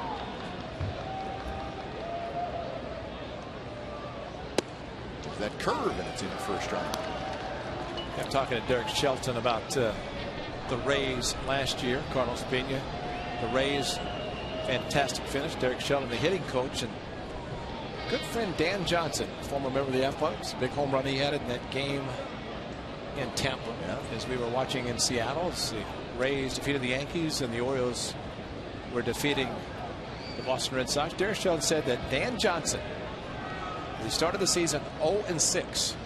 Johnson hit a 3-run home run. The closer for the White Sox helped him win a game, the first game of the season. He hit a home run in the final game of the regular season. I think he tied the game against the Yankees. His entire season, 2 home runs, 4 RBIs for the Tampa Bay Rays. Won a game and helped at a probable finish to a season. Dan Johnson. And of course, he had the big game a couple years ago when, whenever they were in Boston, he showed up, didn't get there in time because the flight was late, hit a home run to the bullpen. So Red Sox didn't like Dan Johnson. Well, we've said many times, everybody remembers the Longoria home run, but from a simply clutch standpoint, the Johnson home run was more clutch. Yeah. I mean, there was 2 outs, nobody on base, down by a run. Exactly. I think when Longoria hit the home run, they were tied. So Scribner strikes out Pena. Excellent curveball that Scribner throws, similar to the one thrown last night by A.J. Griffin. Very slow, very slowly thrown, and Carlos just could not wait. But Derek said his position in the dugout, he could look back and see in the suite of Andrew Friedman, the general manager. He could see the TV, no sound. But he said he turned around and said, I can't believe it, because he saw the final hit by Andino. That's right. And he said, the Orioles beat them. And he told Joe Madden, he said, the Orioles won. About that time, Upton struck out, and they showed on the board that the Orioles had won. And that's when Longoria hit the home run. So all that happened in just a minimal amount of time. And we watched it all in Seattle. Yes, we did. It was fun. We were fans. Yeah. Curveball on 0-2, and a very nice inning for Scribner. Couple of strikeouts. Bottom of the 8th coming up. Carter, Moss, and Kataris to hit.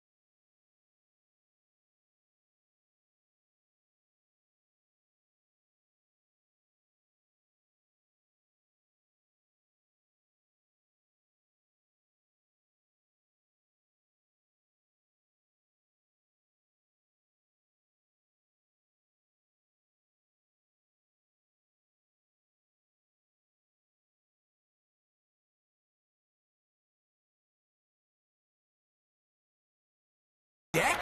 No way! Here's our game summary brought to you by your local Toyota dealers. 6-8-0 for the Rays, 0-2-1 for the Athletics. Shields has been terrific so far. Tommy Malone, 5 earned runs in 6 innings. Final day of July, so whatever happens tonight, it's been a July to remember for the Athletics. Check out the pie man. Watch him. He's going to start doing the Bernie too. Watch this. He's doing everything. That's good.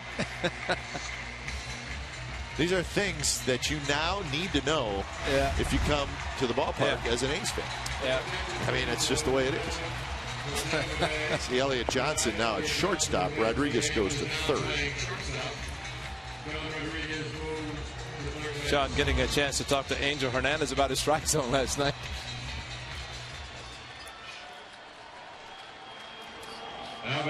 But if the pie man shows up more, then we'll know he's a real A's fan. It's true. That's exactly right. Carter to lead it off against Shields. To say Shields has been locked in would be an understatement. But I like the reaction of the fans and starting to come alive a little bit, even though they know Shields is pitching so well, especially with the devastating changeup we just threw again. He's retired 12 in a row and 16 out of the last 17. And that was just his 76th pitch. And an 0-2 pitch, a changeup, and it's his 4th consecutive strikeout. It's amazing. His changeup is 83 or 84 every time, and his fastball 89. Because he throws it there just like the fastball. And Chris Carter sees it and cannot hold up the swing. Did single against Shields back in the second. Just 2 hits that the right-hander's given up tonight. Moss goes after the first pitch, and that's going to help Shields as well. Jennings is under it, so 2 outs. Ray, we almost had a no-hitter tonight. Here? No. A.J. Burnett went 7 2/3 innings tonight against the Cubs. Gave up a hit, 2 outs in the 8th. Yeah. Ended up going the complete game. Burnett's having a terrific year. So are the Pirates. So almost, but not quite.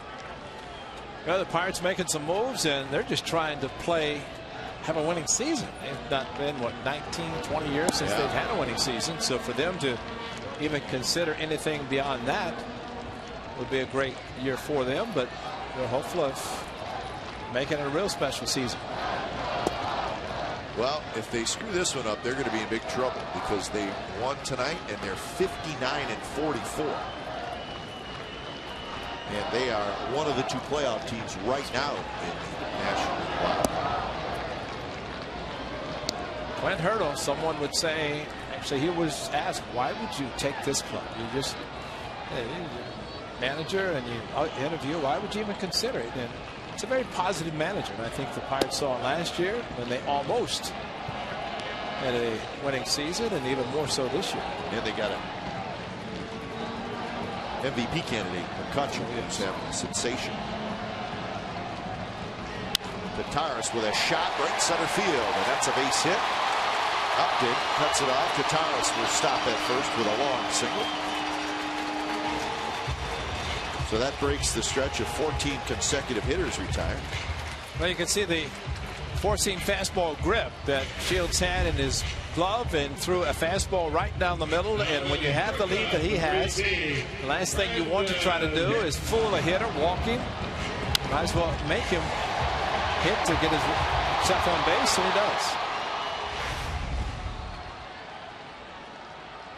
So Hicks will hit. Hicks has struck out twice, both swinging. Picked up the 9 strikeouts. I got 7 swinging, 2 looking.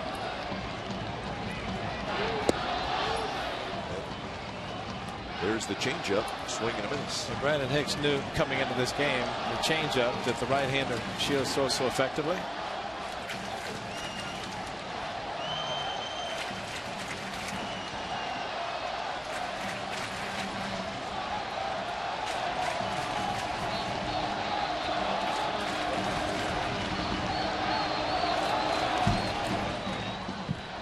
Tried to check his swing, and the ball hit the bat. So now it's 0-2, which is not a great spot to be in against Shields, especially tonight. Kept running in. Just happened to get his bat as he had the angle out a little bit. What James Shields is thinking this in 2012, and 2 years ago he's on the mound with Dallas Braden, pitched the perfect game. That's right, he was. Mother's Day of 2010. Dallas Braden's special day. Grandmother Peggy Lindsay. That's Dallas, by the way. He's back, and he felt that the groin injury that he sustained while he was on his rehab, that he got it early enough that may not make it so bad. I said, by the way, how's grandmother doing? He said, she's actually talking to me now. Uh-oh. Said she's such a great fan that Dallas has a pitching that, you know. She's mad? So when are you going to start pitching again? Dow. 1-2 pitch, swing and a miss, changeup, and that's 10 strikeouts for Shields. So the 9th inning is coming up, 6-0 Rays.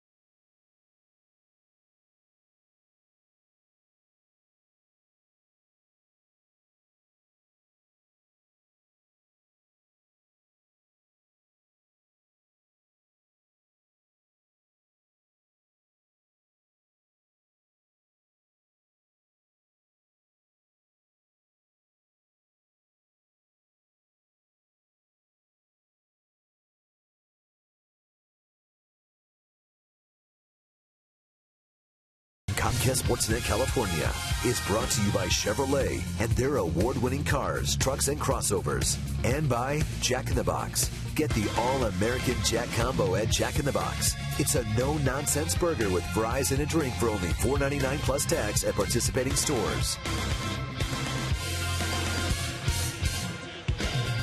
All right, they're having a good time, even though the A's trailing 6-0, but when it's all said and done, the most important thing is, indeed, they're having a good time. Well, the A's have been successful winning series, and the A's have been doing recently, as recent as a road trip, winning the first 2 games of the series. Actually, the last 3, they won 4 straight against the Yankees. They went on the road on the first 2 in Toronto and in Baltimore. Prior to that, of course, the 3-game sweep of the Twins at Target Field right after the break. So a good second half of the season for the Athletics as they close out this month. Shift is on, so if Sogard has a long run, he will not get to it.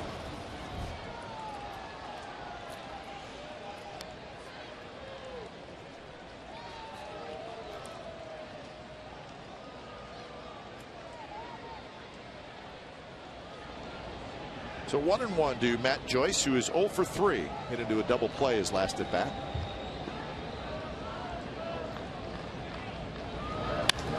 And he lines this one toward left center field. And that's going to split the gap. So Joyce is going to have a leadoff double here in the 9th inning.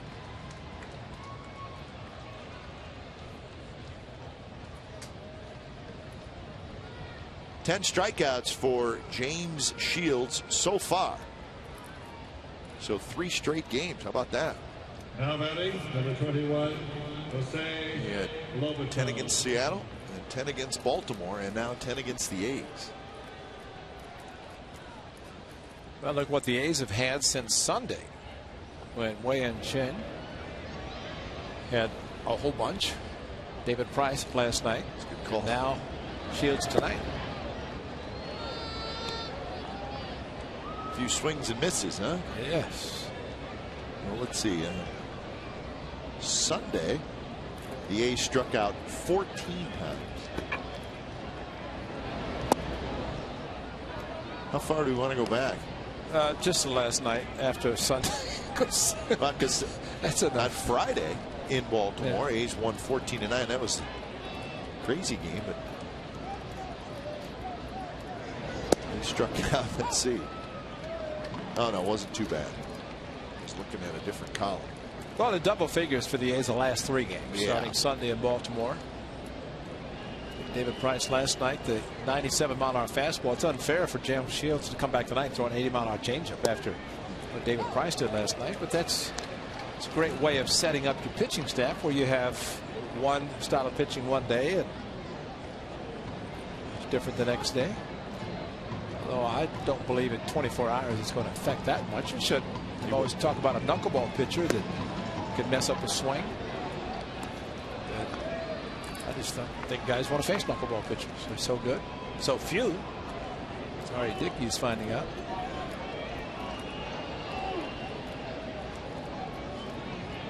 Three and 2 to Jose Lobaton. Just got a piece of it. So again, radio only tomorrow.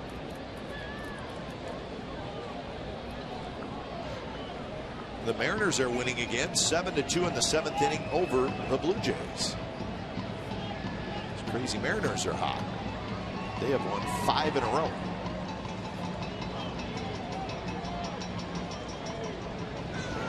The 3-2 pitch is low, and it'll be first and second and nobody out.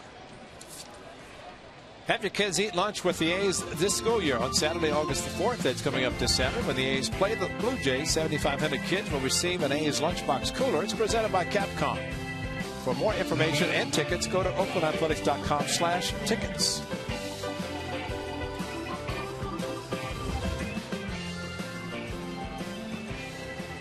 Kurt Young's going to come out, maybe give the bullpen a little bit of time. Jim Miller gets up. 45 pitches thrown by Scribner. This is his 3rd inning of work. We talked about the Blue Jays last night running out of pitchers. The A's used 5 relievers. Miller didn't pitch, nor did Scribner, who's on the mound now. Griffin going 7 innings, which is good. A good win for the A's last night, considering what has happened tonight. Pitched a full swing and a miss, pulled off a little bit.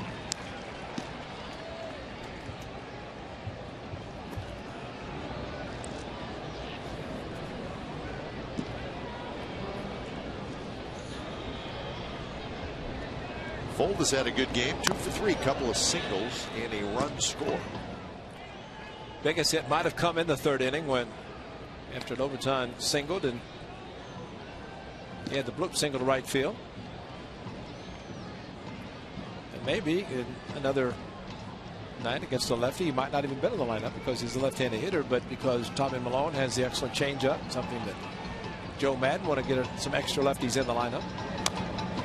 Slowly hit. That's going to be a tough play. Moss picks it up, and nobody's going to get there. And Fold, who runs well, has an infield hit.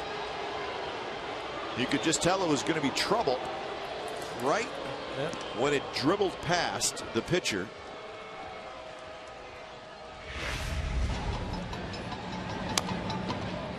That's the part right there. Once Moss had to field the ball, then no reason to flip it to Scribner covering, because he wasn't going to be there anyway. So the bases are loaded, nobody out for Desmond Jennings.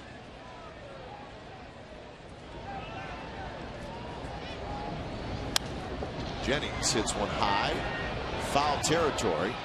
Reddick is going to just run out of it.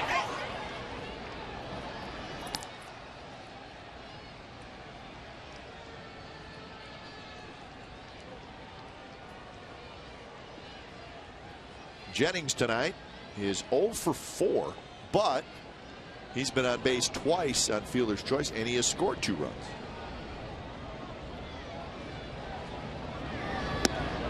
Curveball is just a bit high.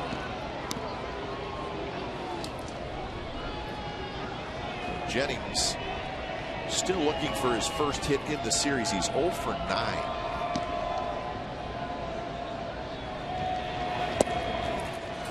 Maybe a breakout year for Jennings would be this year, but the batting average is now at 233.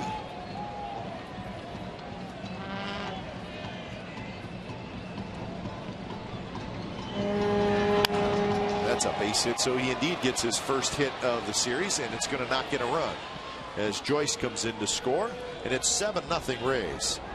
So Jennings gets his 30th RBI. And that's going to do it for Scribner, who has run into all kinds of trouble here in the top of the 9th inning. So when it's time for a change, think Speedy Oil Change and Tune-Up, your oil change tune-up and smog experts. Miller coming in.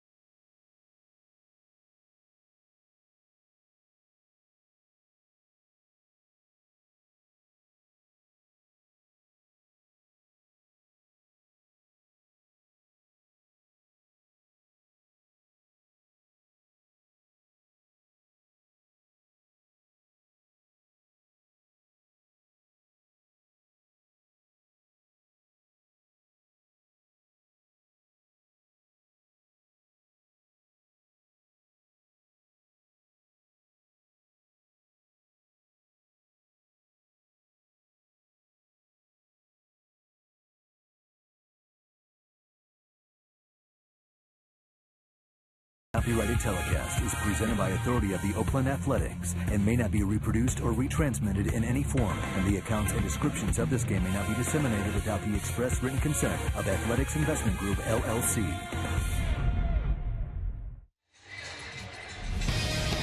Well, join us on Thursday here at Comcast Sportsnet California. It'll be the start of a 4-game series between the A's and the Jays. Pitching matchup, Bartolo Colon and Henderson Alvarez. 6:30 A's pregame live, and then the ball game just a shade after 7. Complete A's coverage every night on Sportsnet Central and CSNCalifornia.com. The home of A's baseball is Comcast Sportsnet, so that'll be Thursday. So Jim Miller comes in. Bases loaded, nobody out, and a run in. And he's facing Upton and then Zobrist.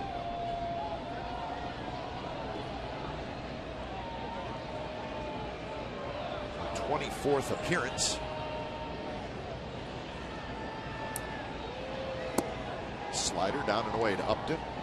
Upton, after a very tough night last night, he went 0 for 7.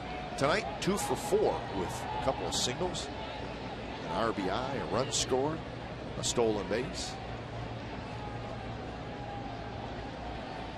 That one outside, and now it's 2-1.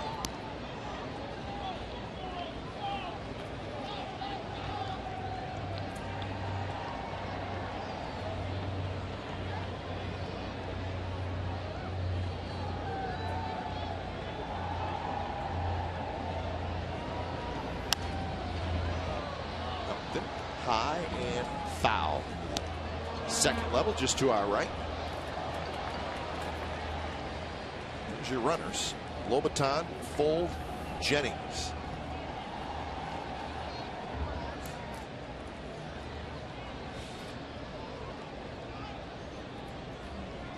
Upton seeing some RBIs out there. That one's inside, and now a full count. One thing you don't like about games like this and what has happened for the A's in the month of July when they have lost games, the number of runs the opposition has put up because of the ERA that goes against the team.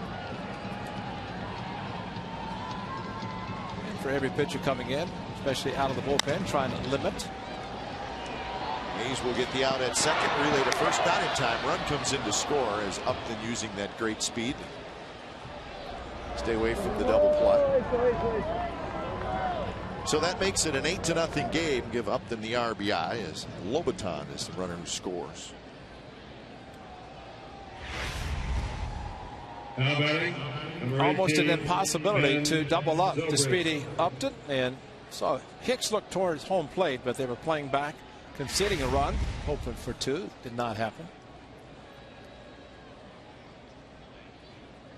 So here's Zobrist, runners at the corners.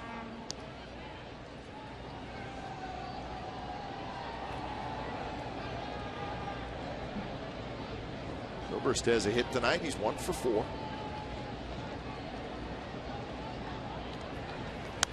His RBI came on a ground out in the third inning.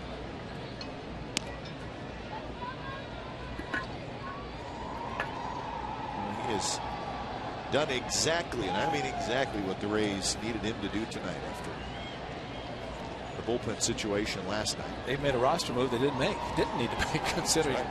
But wear down your bullpen, you have to get some help, and bullpen has not been needed tonight. When you bring your closer in the bottom half of a tie game and you're on the road, then you know something wrong with the bullpen, and they were depleted. That's when Fernando Rodney came in before Farnsworth. Farnsworth wasn't really even down in the bullpen last night. He was the last pitcher used by Joe Madden. So yes, pitcher comes to the park saying these guys can rest, and so far they have all rested tonight, ready for the series finale tomorrow. That one hit very high toward Weeks, who's out shallow right field. He's got it, and that will not get the run home. So Zobrist is retired for the second out.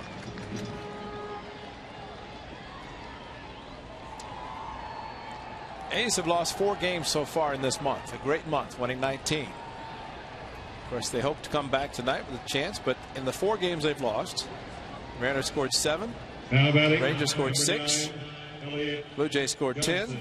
Orioles scored 6. And they basically 7-1, 6-1, 10-4, 6-1, and this is 8-0. The other games they have won, some have been close, 1-run games, others, as the case in Toronto, 16-0, a blowout on the positive side. But the way the club has bounced back, unless they do come back tonight, they'll have to do it tomorrow in the series finale, try to win the series. Well, you got used to it was 7 innings, 1 or 2 runs from your starter for such a long stretch. It was that man down a little bit lately, but not much. Will have them rebound tomorrow, regroup tomorrow for the 12:35 series finale. This is Elliot Johnson for his second at bat.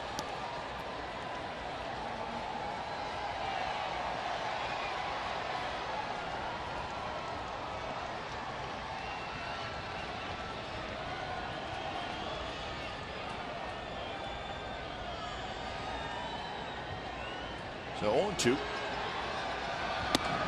that one's high. 1-2 the count.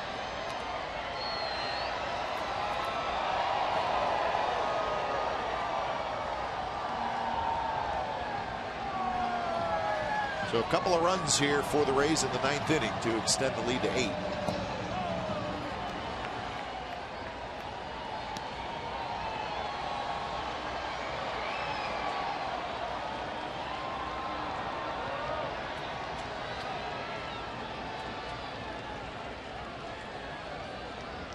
Fold is at third with Upton at first. Upton will not be going anywhere just yet. Not going to foul back.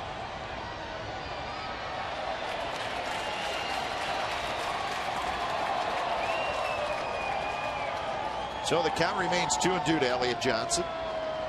This was Keppinger's spot in the batting order.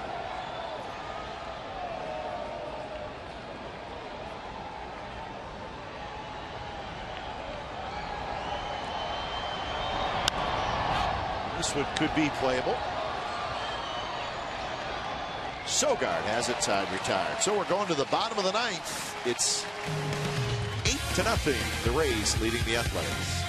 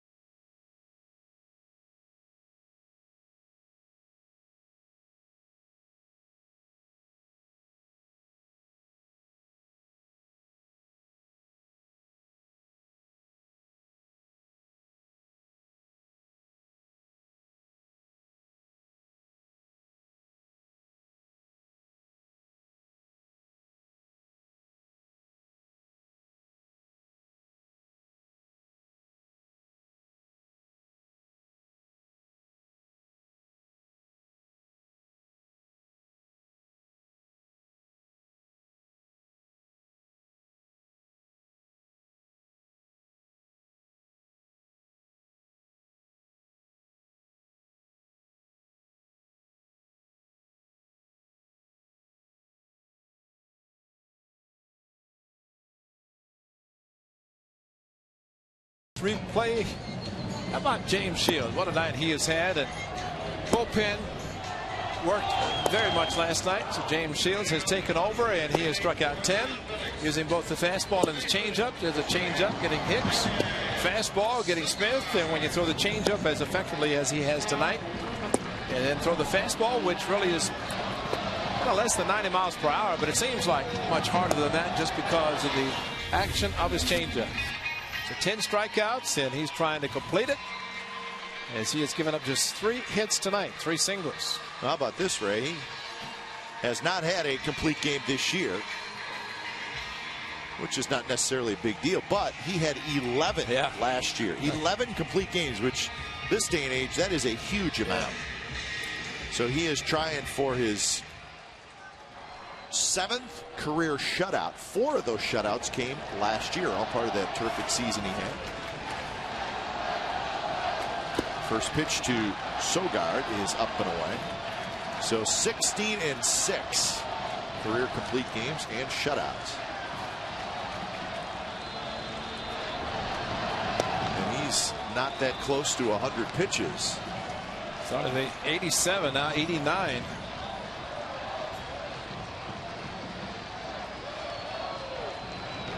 1-1 pitch. There's a strike. Fastball, 90 miles an hour.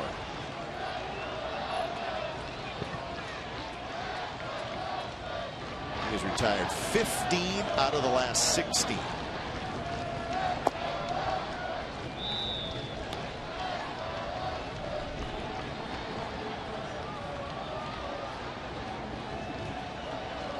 Sogard looking for his first hit. He's hit a couple of fly balls, one to right, one to center. And he lines this one right field, but full. It's back there. And that is out number 1.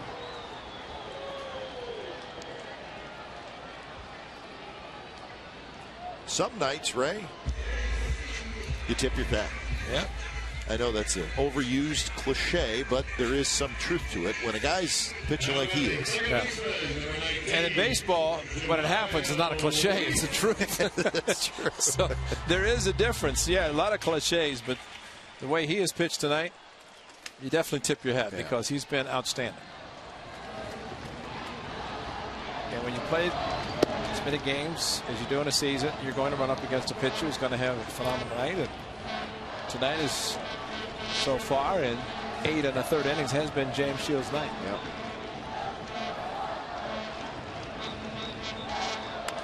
Weeks rips one foul into the seats.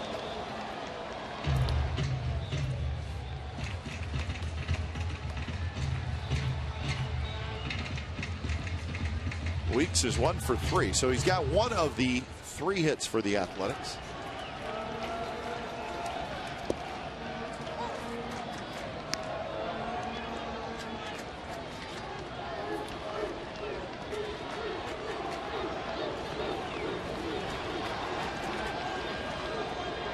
One-two pitch. Outside corner. A little delayed call, but it's strike 3 call, and that's the 11th strikeout for Shields. That one may have been a little bit outside. Well, it went back door. Trying to go a slider. And it caught the outside corner. Number 15, Seth Smith. So it's up to Seth Smith.